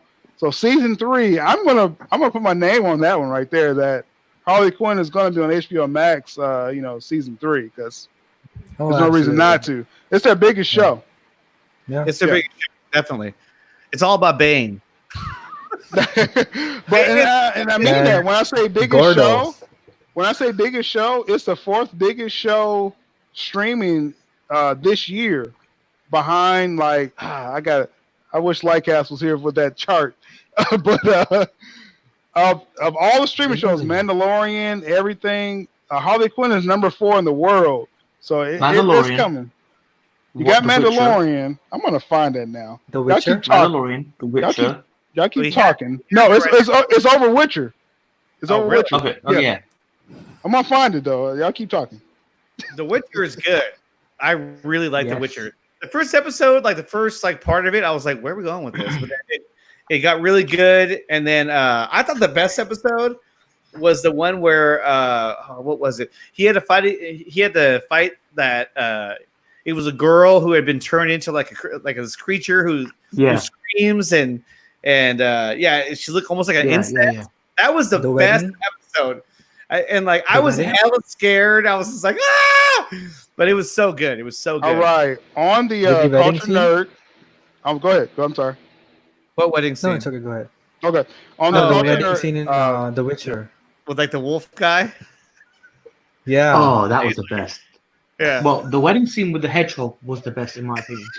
That's it. The hedgehog. That's what he is. I kept thinking, I was like, what does he look like? Is that like a dog? But yeah, it's a hedgehog. It's like Sonic. So I'm faded blue. So I have the top 10. I have the top 10 on-demand digital shows through May of 2020. So I'm gonna start at 10 because it makes it interesting. Number 10 on Netflix is She-Ra, the Princess of Power. I don't watch that, so I don't know. Watch that. Yeah, I don't watch that. Number 9 is on Apple TV, which I don't have. Defending Jacob. Dude, that show is fucking fantastic. Is it good? I need a reason to get Apple TV because I would do it like if I get a good reason. That's what Chris Evans, right? Yes. Ah, man, that was suspense. You know what? I tried to watch Sight on Apple TV. Yeah. And with Jason Momoa. I tried watching that show, and at first I was like, "Hey, this is kind of interesting," and then I don't know, it just started getting real stupid. Really? So I haven't watched. They're like, you should really check out For All Mankind. That's really, really good one. Yeah, that's also very good. What's that on? That's on Apple TV. Yep. Yeah, And also, I haven't seen nothing. Yeah. M. Night's show Servant. I heard about that. I've heard about that. Is that good? Yeah.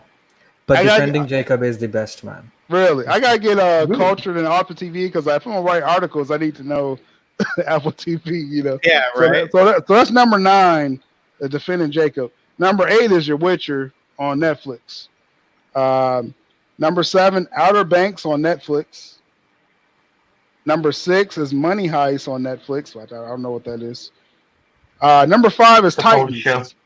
Titans. Polish show. Really? So number 6 is a Polish show. Okay. Number 5 is Titans on the DCEU app. Number 4 is Harley Quinn in the world right now. Wow. Number 4. Then when you get to that point, it's Mandalorian, it's Clone Wars on Disney Plus, and Stranger Things, which blows out of the box every time. So obviously, Harley Quinn is up there. That means that season 3 has got to come to HBO Max. Also, that's not counting all the pirated stuff. Exactly. Because that takes away from the numbers. It's going by sheer numbers. I am the pirate they can king. record. Ascended. There he is. Whatever you need, he's got it. Well, don't touch Harley Quinn because they did her perfect on Listen, the man. DCU. You know what my issue is with the DC streaming service? I hate that service. It's the dumbest thing. It's so mismanaged, right? How is it that it's not available worldwide? Forget worldwide. Why is it not available in the UK? You know, They didn't have a plan. Country. Yeah. Huh? They didn't have a plan for that. You know, DCU. Yeah. They're like, all right, go. Yeah, just throw it out there. I'm willing to pay for DCEU. Sorry, DC Universe, because my favorite thing about it is that they've got comics to come with it. Right. If I go out and buy a comic book, it's basically the same price as a freaking streaming service. So I'd rather pay for it, get the comic books, and watch the things. But if you're not taking my money, and you're forcing me to basically pirate, Yeah, you have I think they tons of had the comic plan. I think they had the plan to make it available worldwide, but since AT&T bought it, and then maybe they have plans to make their own streaming service, so That's what it is. that got put on hold. Yeah, I mean, that's what it is. I They're don't- going to Now port. there's no No. point in having They're a gonna- DC streaming service. They're going to port over all the good stuff. Like I said, Doom Patrol is already ready to go for season 2, I think, at this point. I think all of them will be on that. Yeah, the Even Harley Swamp Quinn. Thing. You got Swamp Thing. They're going to CW shows. they're going to go to syndication on CW for the first season, but then the next season they're going to produce for HBO Max. It's not going to stay on CW. I heard Swamp Thing season 1 was It's really good. It's I'm good. gonna check that out. Yeah, it's worth watching. Yeah, He was great in Apocalypse War. Oh man, He was like, Apocalypse War, man. Can you guys hear Anybody? Oh man, no, we can't see. Okay, my thing froze. I'm gonna reset. I'll be right back. Okay. All right, buddy. Hey, Apocalypse War was no joke. Man, I was talking about that last time. I mean, dude. now Nick, wasn't that a Zack Snyder movie? Oh my god. It was. Not just that. I think the recent 3 to 4 movies are taking inspiration from Zack. Even Superman Red Son, and one more movie that was very similar to Zack's style. Yeah, They are taking Batman. inspiration from Zack, man. Mhm.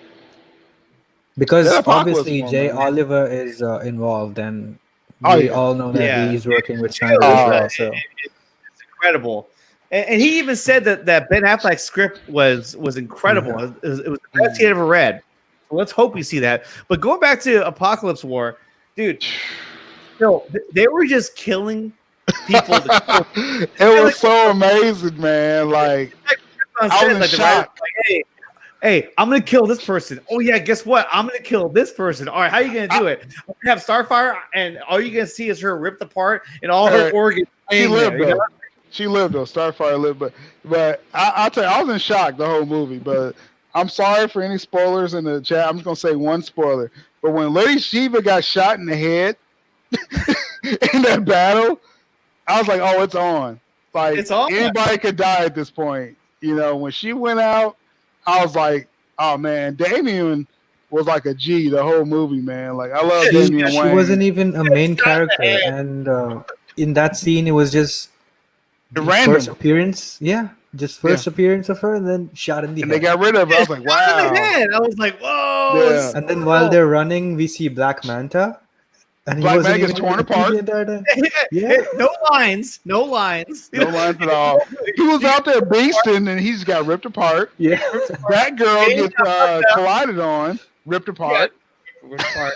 Batgirl is like on a fucking whatever, shooting a gun. Nightwing gets impaled. I'm sorry for all the chat. I mean, I'm sorry if they're spoiling this for everybody, but you should have watched this. He gets impaled. Then he gets put into the what's that Ra's al Lazarus. Ghul?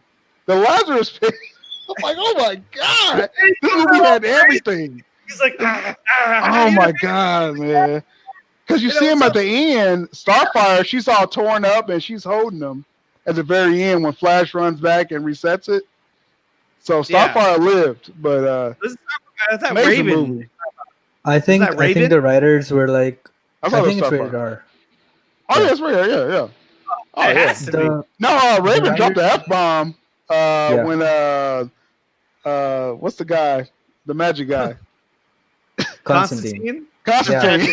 It's late for me right now. Constantine, when he was like, half-assing it, and then she was like, oh, for F6, let's go. Cog blocking. Yeah. So yeah, no, that's a great movie. Every DC fan needs to see that. Apocalypse War. You know how badass Damien was in that. I don't. Sorry, I said he hasn't seen it yet. Let's stop talking about it. Cindy hasn't seen it yet. All right. There's just one Damien line. He says to Superman, "I'll let you live." Oh my! What was that? I haven't even heard Batman say that. Let's not say the circumstances to that. Yeah. But wow.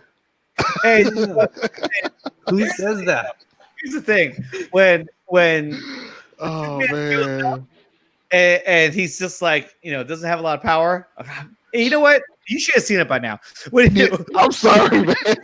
When he has the green eyes and he's like a regular guy, and everybody hates his guts. They're like, "Oh, what do you want, you fucking loser?" Darkseid, man.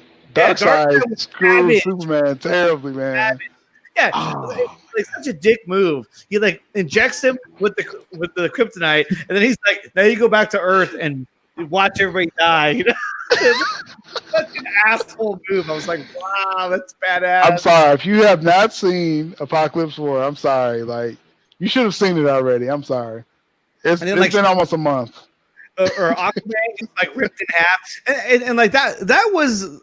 I was telling Krypton that was the one part of the movie where I actually felt kind of like almost like scared in a sense because like was telling them about how they all died, and it wasn't like they died like oh fuck that sucks he died, like they all died like these horrendous deaths. You know what I mean? Green Lantern, gruesome death.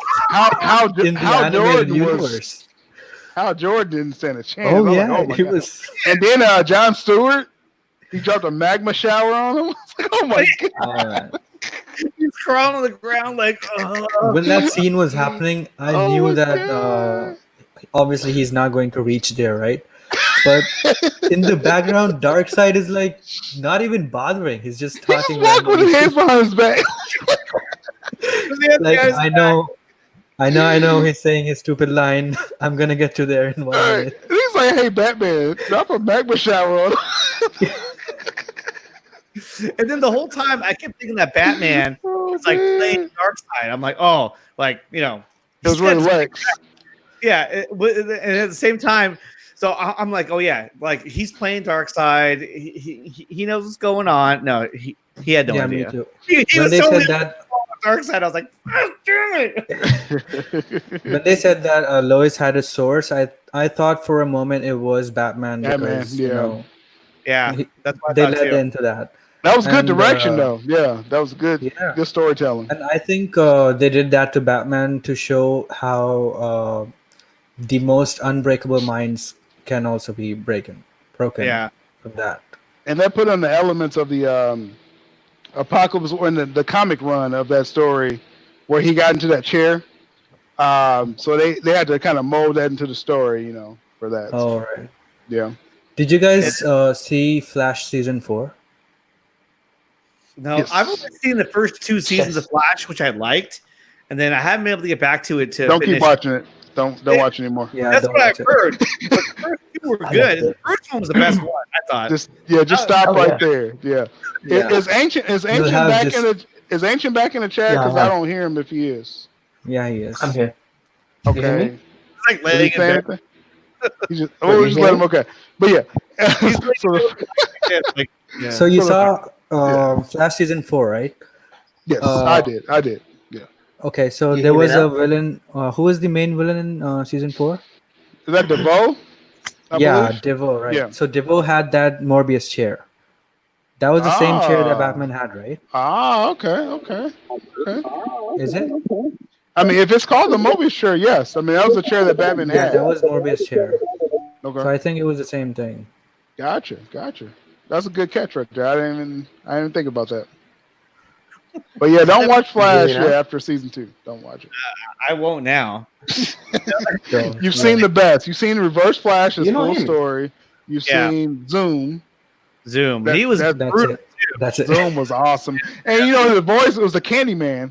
That was perfect, man. That was Zoom was awesome. Yeah. Zoom was scarier than Reverse Flash, but Oh yeah. Oh, Zoom, man. Reverse Flash is classic, man. When he came in there, man, he wrecked Zoom. the show, man. Yeah. Oh yeah, like, there was no one who could stop him. He was just so much more powerful. Mm. But like the scene where he reveals himself in the first season, when when what's his name, Doctor Harris Wells. Harrison Wells, yeah. Harrison Wells. Wells. Yeah. When he tells him, he's like, "My name is Eli Thorne." And I was like, "Oh my god, this is bad." That was the best scene, man. Yeah, when he, I was like, "Shit, this is bad." And then it's just because that's probably the biggest storyline for the Flash. You know what I mean? Is going against Reverse Flash. So, hello. Yeah, we can hear you. We can hear you. Okay, good. Okay. I could barely hear him. All right, good. How about now? Do it again. You can't hear me. I can hear you. You Can can? you guys? Yeah, even I can hear him. You can hear him? I'm gonna reboot again too if I can't hear him. All right. All right, I'll be right back. Ascended, you're causing all kinds of So problems what's right up, Flash? What fuckery are you doing with the timeline now. now? What's going on, man? What's up with that audio? Fucking Barry You are Allen. Barry Allen. No response. Are you still there? Yeah, I'm here. Oh, okay. He just went into our future and killed us and then came back. I know. In like 2 minutes, we're all gonna die. Yo, that door behind you, keep an eye on it. Sure. Wait till someone actually opens that door behind you. It's gonna be the FBI, remember? FBI, open up! It Where's was your hentai collection? it was him. Later we get to know that Ascended ratted us out. We want your hentai collection. Ascended has like this huge rap sheet you don't know about. Ascended, are you You into don't know hentai? me. No, we don't know you. We don't know the real you. It's art, okay? It's art. I'm just kidding. Have you seen that scene from The Office? Which part? Have you seen The Office? Yeah, oh yeah. You know when Stanley's like, it's called hentai and it's art. I don't. I've seen that clip though. But Yeah, Stanley says it's hentai and it's art. Yeah, that's quite funny. Do you like hentai? Me? Yeah. What the fuck? Oh my god, dude. What are we on? The Nickatina Show going into late night mode. yeah, we're going to late night mode. That's what it's all about, man. That's what it's all about. So I am going to be back on Sunday as well. I might do another day, but my wife hates it when I do this. But so Sunday, I'm going to have another show. That's going to be the Sunday Night Gin, even though I'm drinking gin right now. But So still, what time is that? well, probably around the same time as now. But I could yeah. try and do it earlier, but it's harder to do it earlier when you have kids because like they tend to need your help with things, like I feeding them say, and taking care of them, you know. So I say you should leave your wife and kids do this 24/7. This is your new life.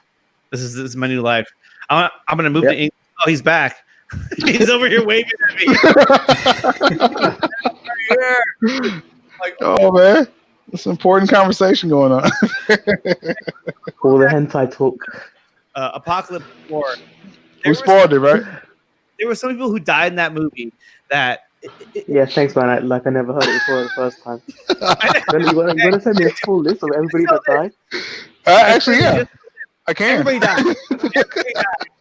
You know Except, how Mark Ruffalo told Yeah. about Infinity War? Everybody dies. That wasn't Everybody. even everybody. That wasn't even everybody. Yeah, but everybody. it's pretty close though. There's a lot of people that died in Avengers Endgame. While Infinity War. They're like, I was like, damn, they didn't even show him die. It was pretty rough, man. It was rough. It was very It was a tough one. When we got towards the end, it was all right. Well, I was like, wow, the stakes are high. Oh man, poor Batgirl. She didn't even stand a chance. She didn't have a chance, yeah. And that Batwing just got just flung out of the sky. It's like, oh my god, man. He's underdeveloped anyway, so it don't matter. It didn't matter. Just get him out of here. Oh man. Just watch Apocalypse War. Just watch. You gotta see it. It's so raw. But the thing is that if that was the inspiration of Zack Snyder's Justice League 2, like that same kind of concept. Yeah. I mean, think about it. I feel like when Batman got caught in the nightmare sequence, I feel like that was when they were about to send the Flash back in time. I think that's where they're gonna have kind of like a overlap where all of a sudden they're gonna hear explosions and it's gonna be Cyborg and the Flash, in the bunker, like we're under attack, like do this now, and like That's a good point. Yeah, he'll be like, Zach always mirrors things, and so we may get that nightmare scene again, but then it's gonna be Batman saying, "No, Flash, run back now," something like that. Yeah. Like we were saying, he was like, he's like, which point would you pick? I would choose this. Choose the other one. Trust me. And then all of a sudden, like, they're here, and then he goes up there and does a binocular. That's why we was robbed. We was robbed because, like, in BVS, we saw Batman's point of view. Then in Justice League, we were supposed to see Cyborg's point of view of the nightmare scene. Then finally we was going to get Flash, to run back. But we missed all that, with Cyborg and Justice League. So that's why I'm waiting to see, that whole scene. I just remembered how Zach told us that, described us that scene, right? No, use the other one thing. I just imagined how Ben Affleck would say that. Right. Yeah, exactly. It'll be like use a matter of fact. The last time. Yeah, it'll be like a matter of fact thing. He was like, which one did I go last time? He's like, well, go to this one because you fucked up the last time. Because you came too early last time. I feel like he would cut off Cyborg. He'd be like, well, based on my analysis, I would choose this point. The reason why is because then he would cut him off, like, choose the other like, which one would you choose? And he's like, this one. He's like, well, choose the other one. Because last time you went to that one, you screwed up. But my calculations say, shut up, I'm Batman. Yeah, shut up. No. I lived it, okay? When Zach said that, made that announcement, in front of everybody and started giving details about the whole series, oh my God, dude, that was like, when I saw that was like the most exciting moment. When I saw that, I was just like, oh my God, this is like so incredible. The SnyderCon or yeah, SnyderCon. Oh man. Oh my God, the whole crowd. Did you hear the crowd? Yeah, man. That kept the movement. Nuts. That kept the movement going. That's the thing. Like I said, I've been part of the RT Snyder Cut group since 2017, and that kept us going. We needed those little breadcrumbs every few months. Like, keep us going, Zach. Because there was so many times we'll be on Vero, we'll be like, Zach, like, tell us there's still hope. Like, tell us, tell us. And he had that, and he's like, oh, in my original scene, my scary version, Darkseid's going to jump in the Batcave and kill Lois. I'm like, what? What's going on? But he's like, no, I didn't film that. Did you guys absolutely hated that person, the moderator, who was just cutting off Zach all the time? Yeah, oh my God! Real quick, he's let Zach talk. Right. Yeah. Like, you are nobody. He is Zack Snyder. I mean, I get his job. He wanted more questions to come in from the crowd, but come on, he's just outlining the entire vision here. You just have to let him talk. Just let him talk. That's what people were there for. Well, he alluded to it. He goes, because if this is, I'm paraphrasing what he says. He says, because if Superman, if he thought that, it was Batman's responsibility to keep Lois safe and she died, he would hold that against him. And so the whole time I'm like, oh my God, like, he knows exactly the story behind that. But he's just kind of playing the whole time. He's barely touching on. I'm very glad that they changed that Joker thing from Injustice. It's the similar thing why Superman is mad at Batman, but they just cut out the Joker thing. That's true, because everybody was saying there's some Injustice vibes, and like that's true. Like, he kind of changed the catalyst of that it was Darkseid instead of Joker. I'm very glad he did that though, because it's something new. And Yep, and it works though. It would have worked perfectly, you know. Yeah, but we're gonna see the whole thing, so we're gonna see it. But that was definitely, like Sil was saying, that was when I saw that, I was like, dude, I am not giving up.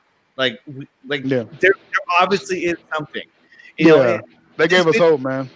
Oh yeah, and all these videos are out there, and people say it doesn't exist, and Phil Cobb put up that video, which is a compilation of everyone saying it doesn't exist. Oh, I love it. I'm just like, as soon as Jason Momoa said he saw it, like no one could tell me it didn't exist anymore. Like as soon as Jason Momoa, and this was during the Aquaman press tour, okay, so he was just like, no, it exists. Like let's see it, you know. And then Kevin Smith had a long video about he talked to someone that saw the assembly cut. God, I love Kevin Smith. At the very end, they had the Green Lantern on the assembly cut. Okay, so someone's seen that. All right, so you can't tell, that whole time you can't tell me this don't exist at this point. From that Kevin Smith whole thing, the most fascinating part for me was some lady in the crowd. Yeah, that's what I'm talking about. Actually saw Darkseid. Mm-hmm. Yeah, she saw, yeah. I was like, okay, there's someone who saw the movie who is coming on Kevin Smith's show and saying that she saw Darkseid. But she couldn't show herself because she had an NDA. She signed an NDA. So Kevin Smith was like, well, I'm not going to put you on camera, but just tell me what you saw. Yeah. And she was like, it was an uncompleted version of Darkseid. Yeah. And then she said she saw Green Lantern at the end coming to Bruce Wayne. So even till date, we were robbed. Hasn't released who she was. Yeah, to this day. Robbed. Oh yeah, we was robbed, Ancient Man. Like totally robbed. Oh, I was so angry, man. I was so angry. Like that's what brought me to the movement. Ping Pong Flicks. I forget his name. The guy. Chris Wong. Guy I followed, the whole time. He showed a video and he broke down. It's like in 2017. He was like, we was robbed. We was so robbed. Like he was just so and that was emotional. It was like, yeah, we was robbed. Like they took his fucking hot dog. Yeah, they took it from us, man. And I was like, oh, I'm with this movement now. Like, release the Snyder Cut. I've been watching Chris Wong since a long time, and then he was just such a nice guy on camera. He always used to respect everything and all that. And then I've seen him over the years being angrier and angrier. Yeah. And now he's Cuss Wong.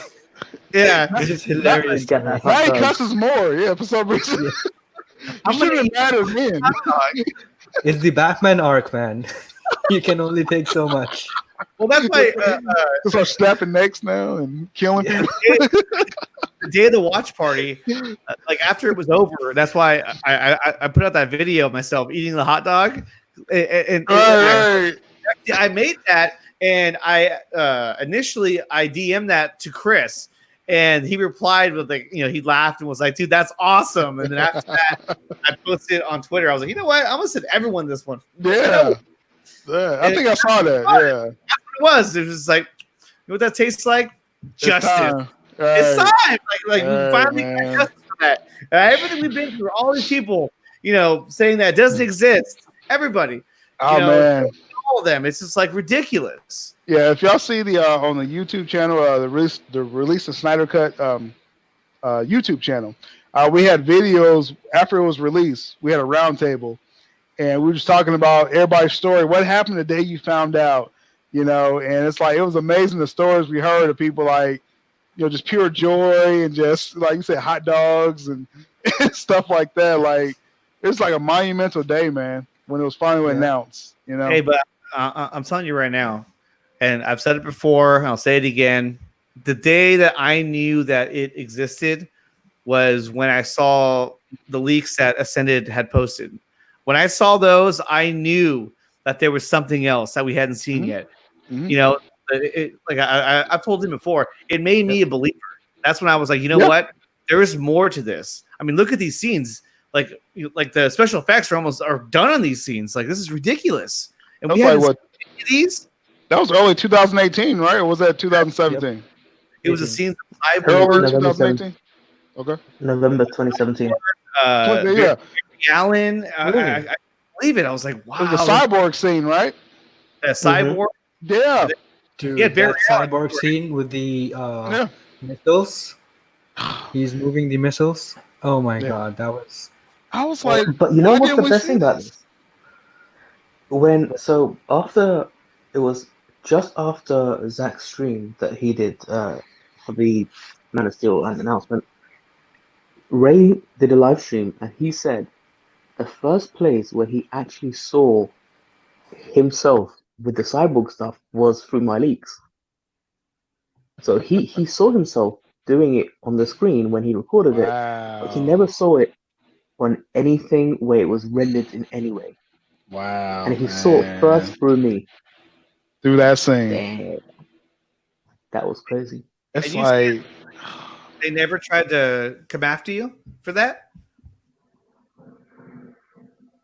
Well, no, not with I never had any issues with Warner Brothers. It's the Marvel, right? I will say that Warner Brothers, I never heard anything from them, but I did hear from VFX companies. Yeah. yeah. But Disney, they were like, yo, they sent someone on a 12 hours. They shut you down, man. Hold on. Disney, man. Disney sent someone 12 hours from wherever their headquarters is, right? 12 hours for just to come speak to me for like an hour. And then he went back on 12 hours. He was like, dude, they are breathing down my neck. That Disney money, man. Right. Can't mess with But that the thing Disney is, money. Like they found you. Like they went to your house. Like, Yeah, that's it. Disney No. everywhere, man. Disney, the thing is, so the first thing I leaked was Infinity War stuff, right? I wasn't even thinking of leaking any of the DC stuff. It was only when people were like, "Oh, you're just a Marvel." Sorry, some people were like, "You're working for DC." Some people were like, "You're Mark." What's the guy's name? Hulk. Zuckerberg. Mark. Ruffalo. Mark Ruffalo. You're the Hulk. I think we lost him. It's a good question in the chat right now. Oh yeah, here we go. So Intruder 1092 says, hold on, I there we go. Do you guys see a chance of Jared Leto coming back as the Joker? We all want to see his portrayal, but after mixed reviews and the success of Joaquin Phoenix's Joker, I don't know if he still wants to. I think he does. I think he would do it. Mm-hmm. What you think, Krypton? Yeah, I think so too. I feel with this haircut that may be our last good chance of seeing Jared Leto. But the only thing that would change that is this whole Batfleck thing, because you got to get a Joker if you're going to do, Ben Affleck Batman. You got to work a Joker in there somewhere. That's the only chance we'll see Jared Leto again. But that's why the release the haircut movement right now is more about a Joker movement to see Jared Leto, because that may be the last chance you get. I'm telling you, man. I just cannot imagine that this is just for ZSJL. It has to be more movies with Snyder's. I mean, will. It definitely has to be. You can't go through all of this spending so much just to have one movie out. Okay, maybe if they just wanted to put Zack Snyder's Justice League out, why spend so much? You can just put it out, like spend 20 million around something like that, and then just put it out. People will watch it, people will love it, and then just move on, right? Spending so much and investing in that, investing in the Snyders, that means obviously we are getting more stuff. Well, yeah, and like I said, they're on record saying that they're going to support his vision. So we know Zack Snyder had more than just one movie. We knew about the 5-part arc. Now, how that's altered, we don't know. We don't know if he's combining JL 1 and 2. We don't know that, but we know he at least has another movie in him after this. Yeah. Is Ancient back again? Yeah, he is. I think he will just make the jail movies, and the other shows will be done by different people. Yeah, he'll executive produce. Like he's still a producer on Wonder Woman 84. Yeah. And when Just Aquaman like 2 comes out, he's going to be a producer on that. So yeah. But going back to Jared Leto's Joker, I really hope he comes back. And the idea that he was alive in the nightmare sequence, that he was there with Deathstroke, down there with everybody else. I mean, to me, that is incredible. I think that if you do Justice League, Zack Snyder's Justice League, to me, it would be so incredible if there's an after credit scene. And I mentioned this before, but if the after credit scene where you see the nightmare sequence with the three of them, Cyborg, Flash, and Batman talking about how to send him back, and then all of a sudden the Joker shows up in the background just laughing, ha ha ha, and they turn around and then he says something like, "You better hurry up" or whatever, and Deathstroke's standing there next to him. I'll say this. I'd be like, ah! I'll say this. Okay. And I think Lycast is asleep right now, so he may not back me up on this one, but there is almost for certainty that there's going to be a scene in Zack Snyder's Justice League that's going to have Batman, it's going to have Deathstroke, and it's going to have Joker involved. It's almost a certainty. Yeah. So that was in Zack Snyder's principal filming. He already filmed the scene. So it was a rumor that Jared Leto was on the scene on Justice League on the principal photography. So that's the latest rumor with that it's going to be a scene with Batman, Deathstroke, and Joker. I think that's for jail too.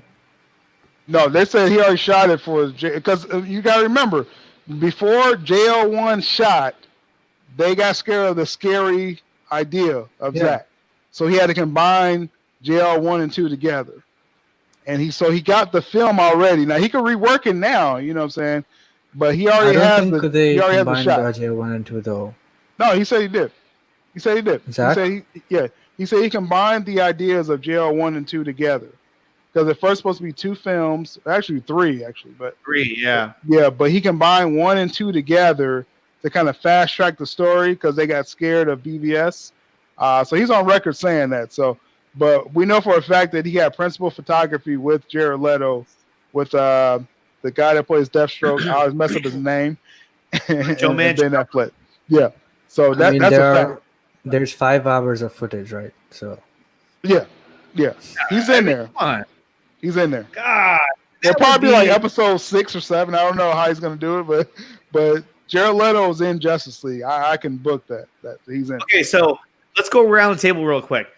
Okay, so would you rather have, not that it matters, but I mean, we'll take it either way, but would you rather see a Justice League, Zack Snyder's Justice League broken down into series or just one movie?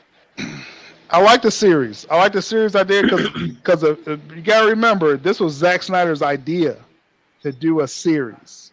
He went into the AT&T execs and said, let's do a series. Let's do episodes with cliffhangers at the end. He's quoted in saying that in the Variety article. So I'm all for the series, like Mandalorian style, and but give us more than one episode at once. Yeah. Krypton?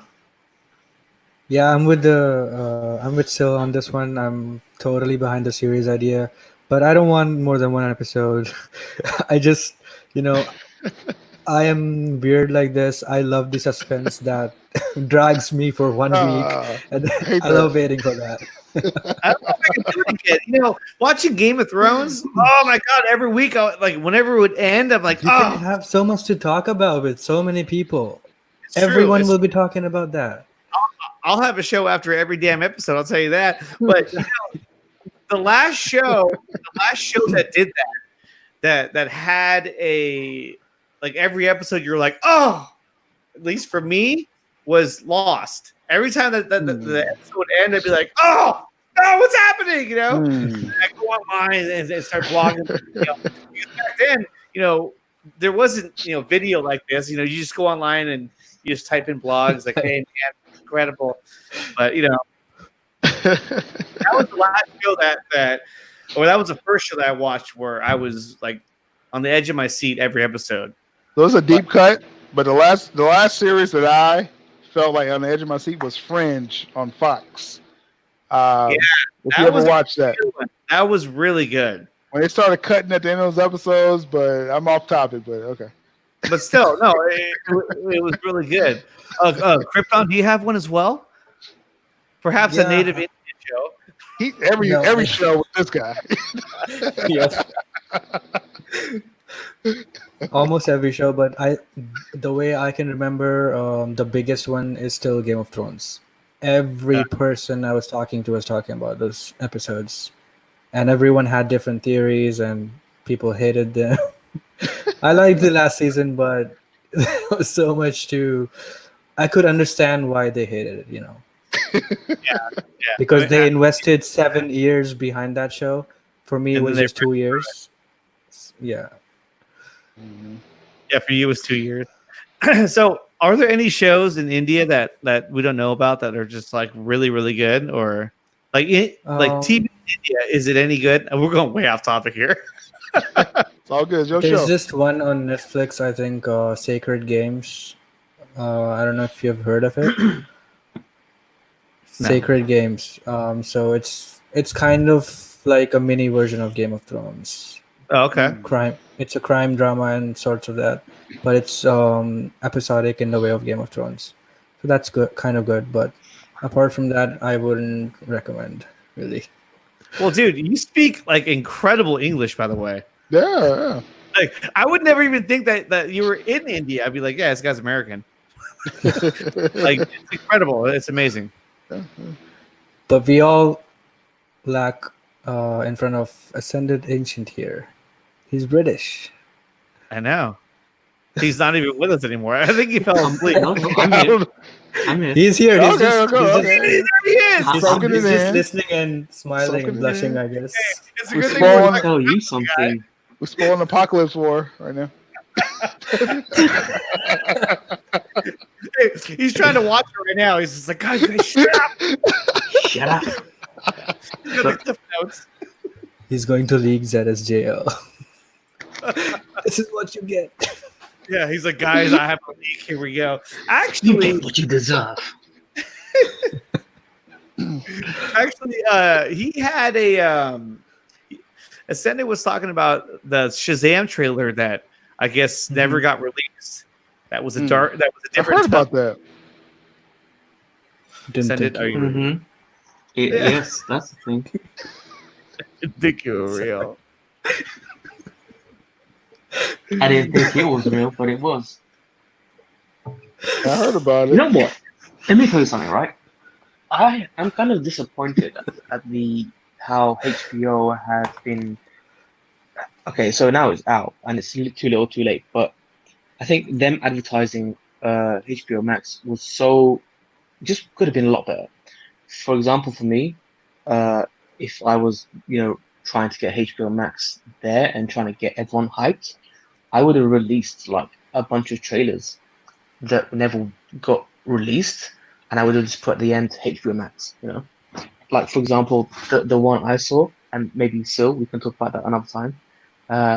Krypton, you too. We can talk about this another time. But that for example, that trailer, right? I'm out. Yeah, that trailer. Like I would have just taken it because it's done. It's complete. I would have just taken it and I would have said, look, at the end, HBO Max, and just do that for all the films that you've had, because you've already had tons of trailers for Man of Steel, BVS. Put out some new trailers, let people come to it. I would have done that.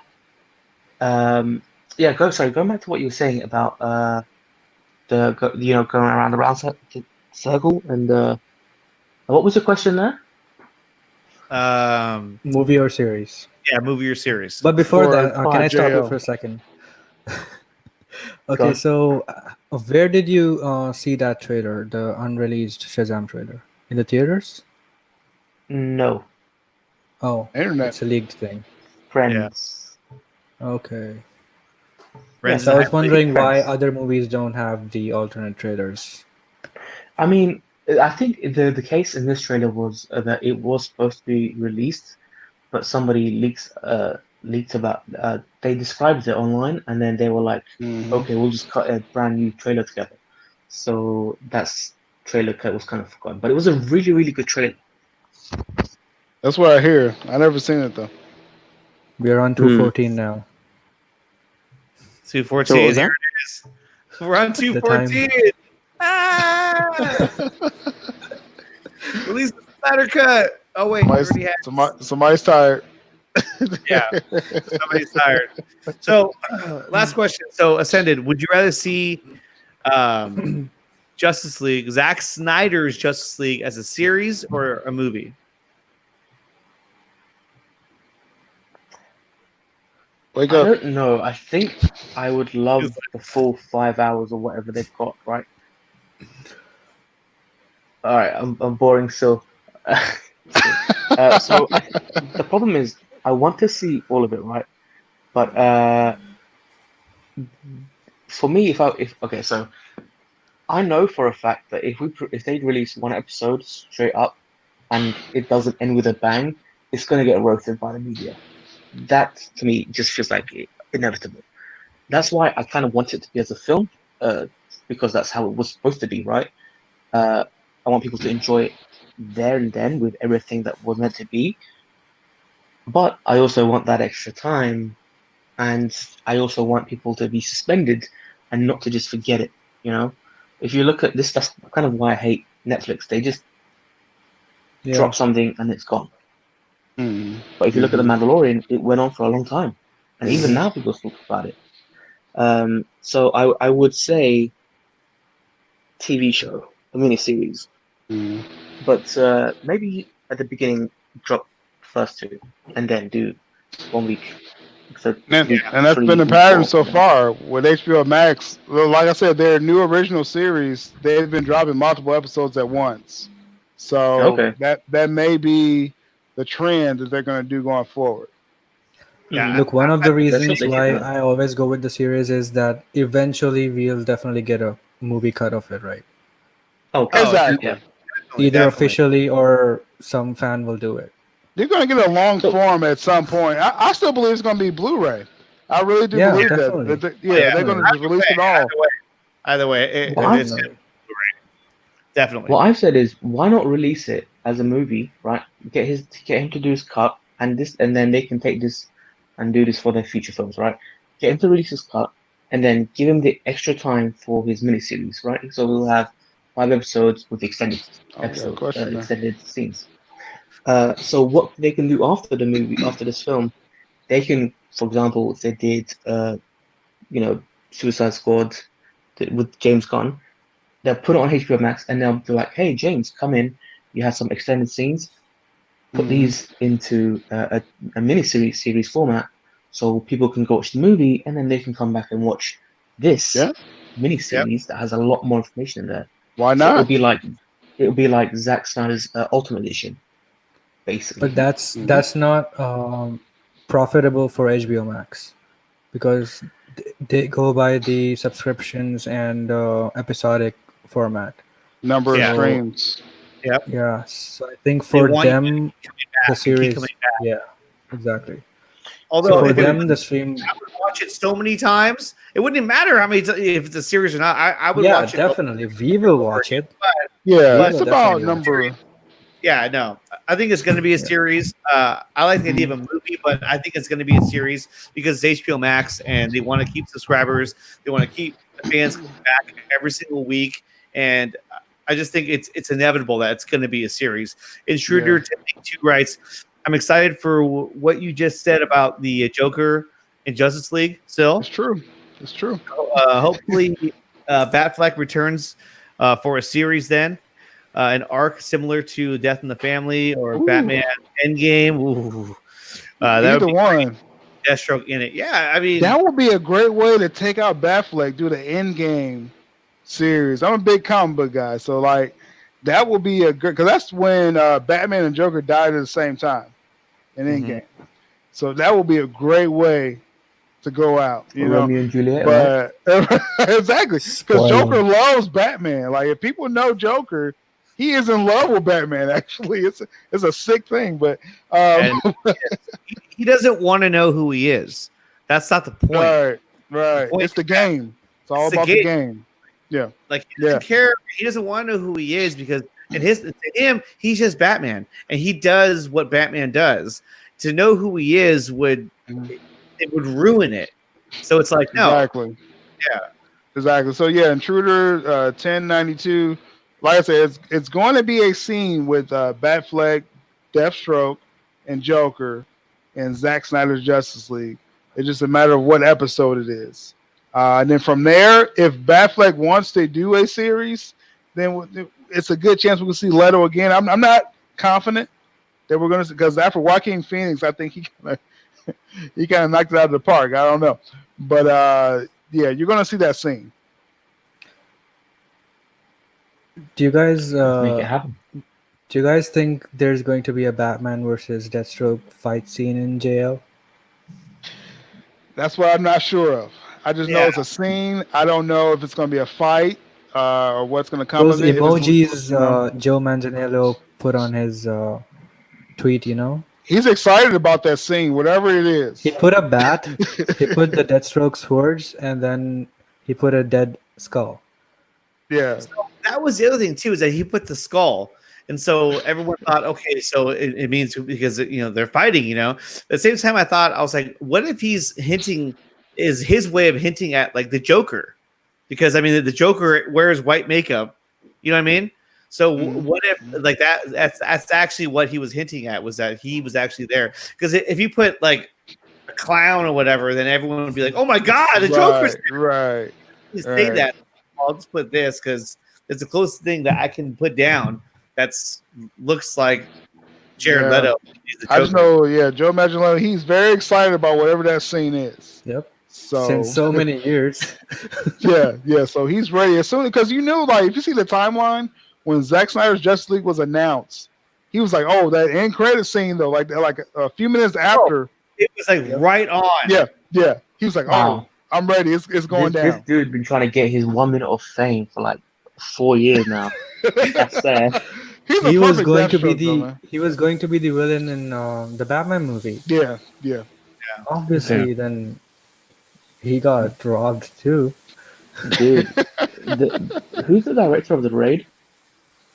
Gareth Edwards? Gareth Edwards. That's the guy. No. Oh, man. Yeah. He would have been amazing. And I think he was supposed to do it, right? To do a Deathstroke standalone film. That would have been amazing. I think Gareth Evans, right?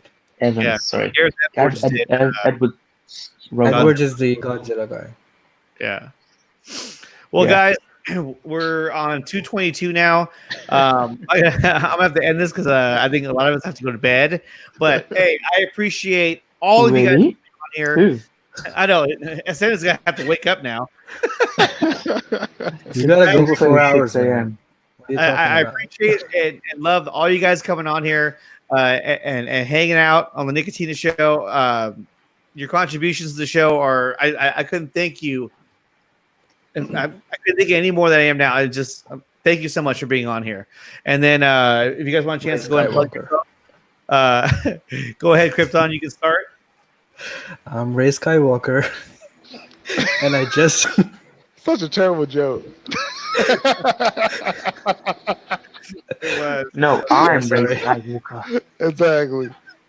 Everyone is Ray Skywalker because even Ray Skywalker is not Ray Skywalker. You can identify whatever you want. Yes. Nickatina being safe right now. Hey, look at it this way. This is here we go again. This is what they should have done. Okay, this is one of those topics. This is what they should have done. Like they should, if they could have, they should have kept Luke Skywalker and Han Solo in the movie since The Force Awakens, if not the second one. They should have been a part of the whole story as it went on. If you're gonna kill Han Solo, kill him in the third one. You know what I mean? Or the second one.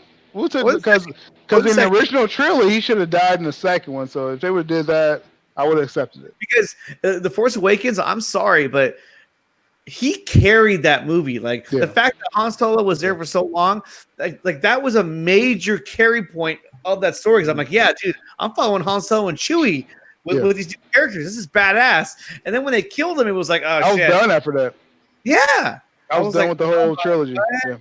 And then the Last Jedi, obviously, when they killed. Let's not talk about that. Let's not talk about that. It's like it didn't exist. It's like Terminator 3. It's wiped out with a bunch of other crappy movies. I'd rather watch Terminator 3 than Last Jedi. Terminator 3 is a rough one too. Hey, the only good thing about Terminator 3 was the ending when the actual bombs went off. I was like, hey, that's pretty cool. That's pretty cool. Everybody died. Yeah. Everybody died. Like, about that movie, no. All right, so if you guys want to go ahead and plug yourselves, Krypton, do you want to start? Yeah, so I'm Krypton Caged, like the name over there, and I'm at Krypton Caged on Twitter and Instagram, and The Last Jedi is fucking awesome. I like you less now.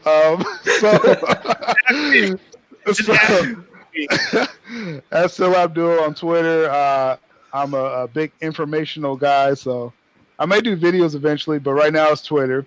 As the Culture Nerd, we're going to do a lot of articles ready for the onslaught on Zack Snyder's Justice League. So we're going to make sure we fact check everybody and do that. And then also every Monday on my friend Dawson, Nerdy in Many Ways on YouTube, we're going to have a Monday series every week. There's DCEU, there's Zack Snyder.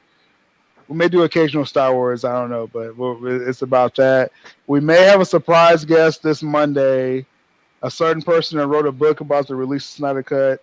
I'm not going to go further about that, but we'll see. We'll see. Stay tuned on Twitter on that. But we're trying to do big things right now. So.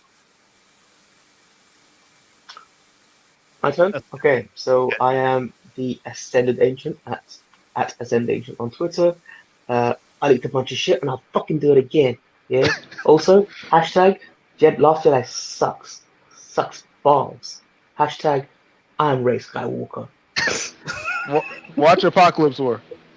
Yeah, watch. I will. Yes. Come on. You know what happens in that movie? Everybody dies. Everybody dies. You know what happens to Batman? He dies. You know who Darkseid fights? Oh man, Ray Skywalker. That's a good one. That's a good one. Worse. And Miles well being the way that fight went.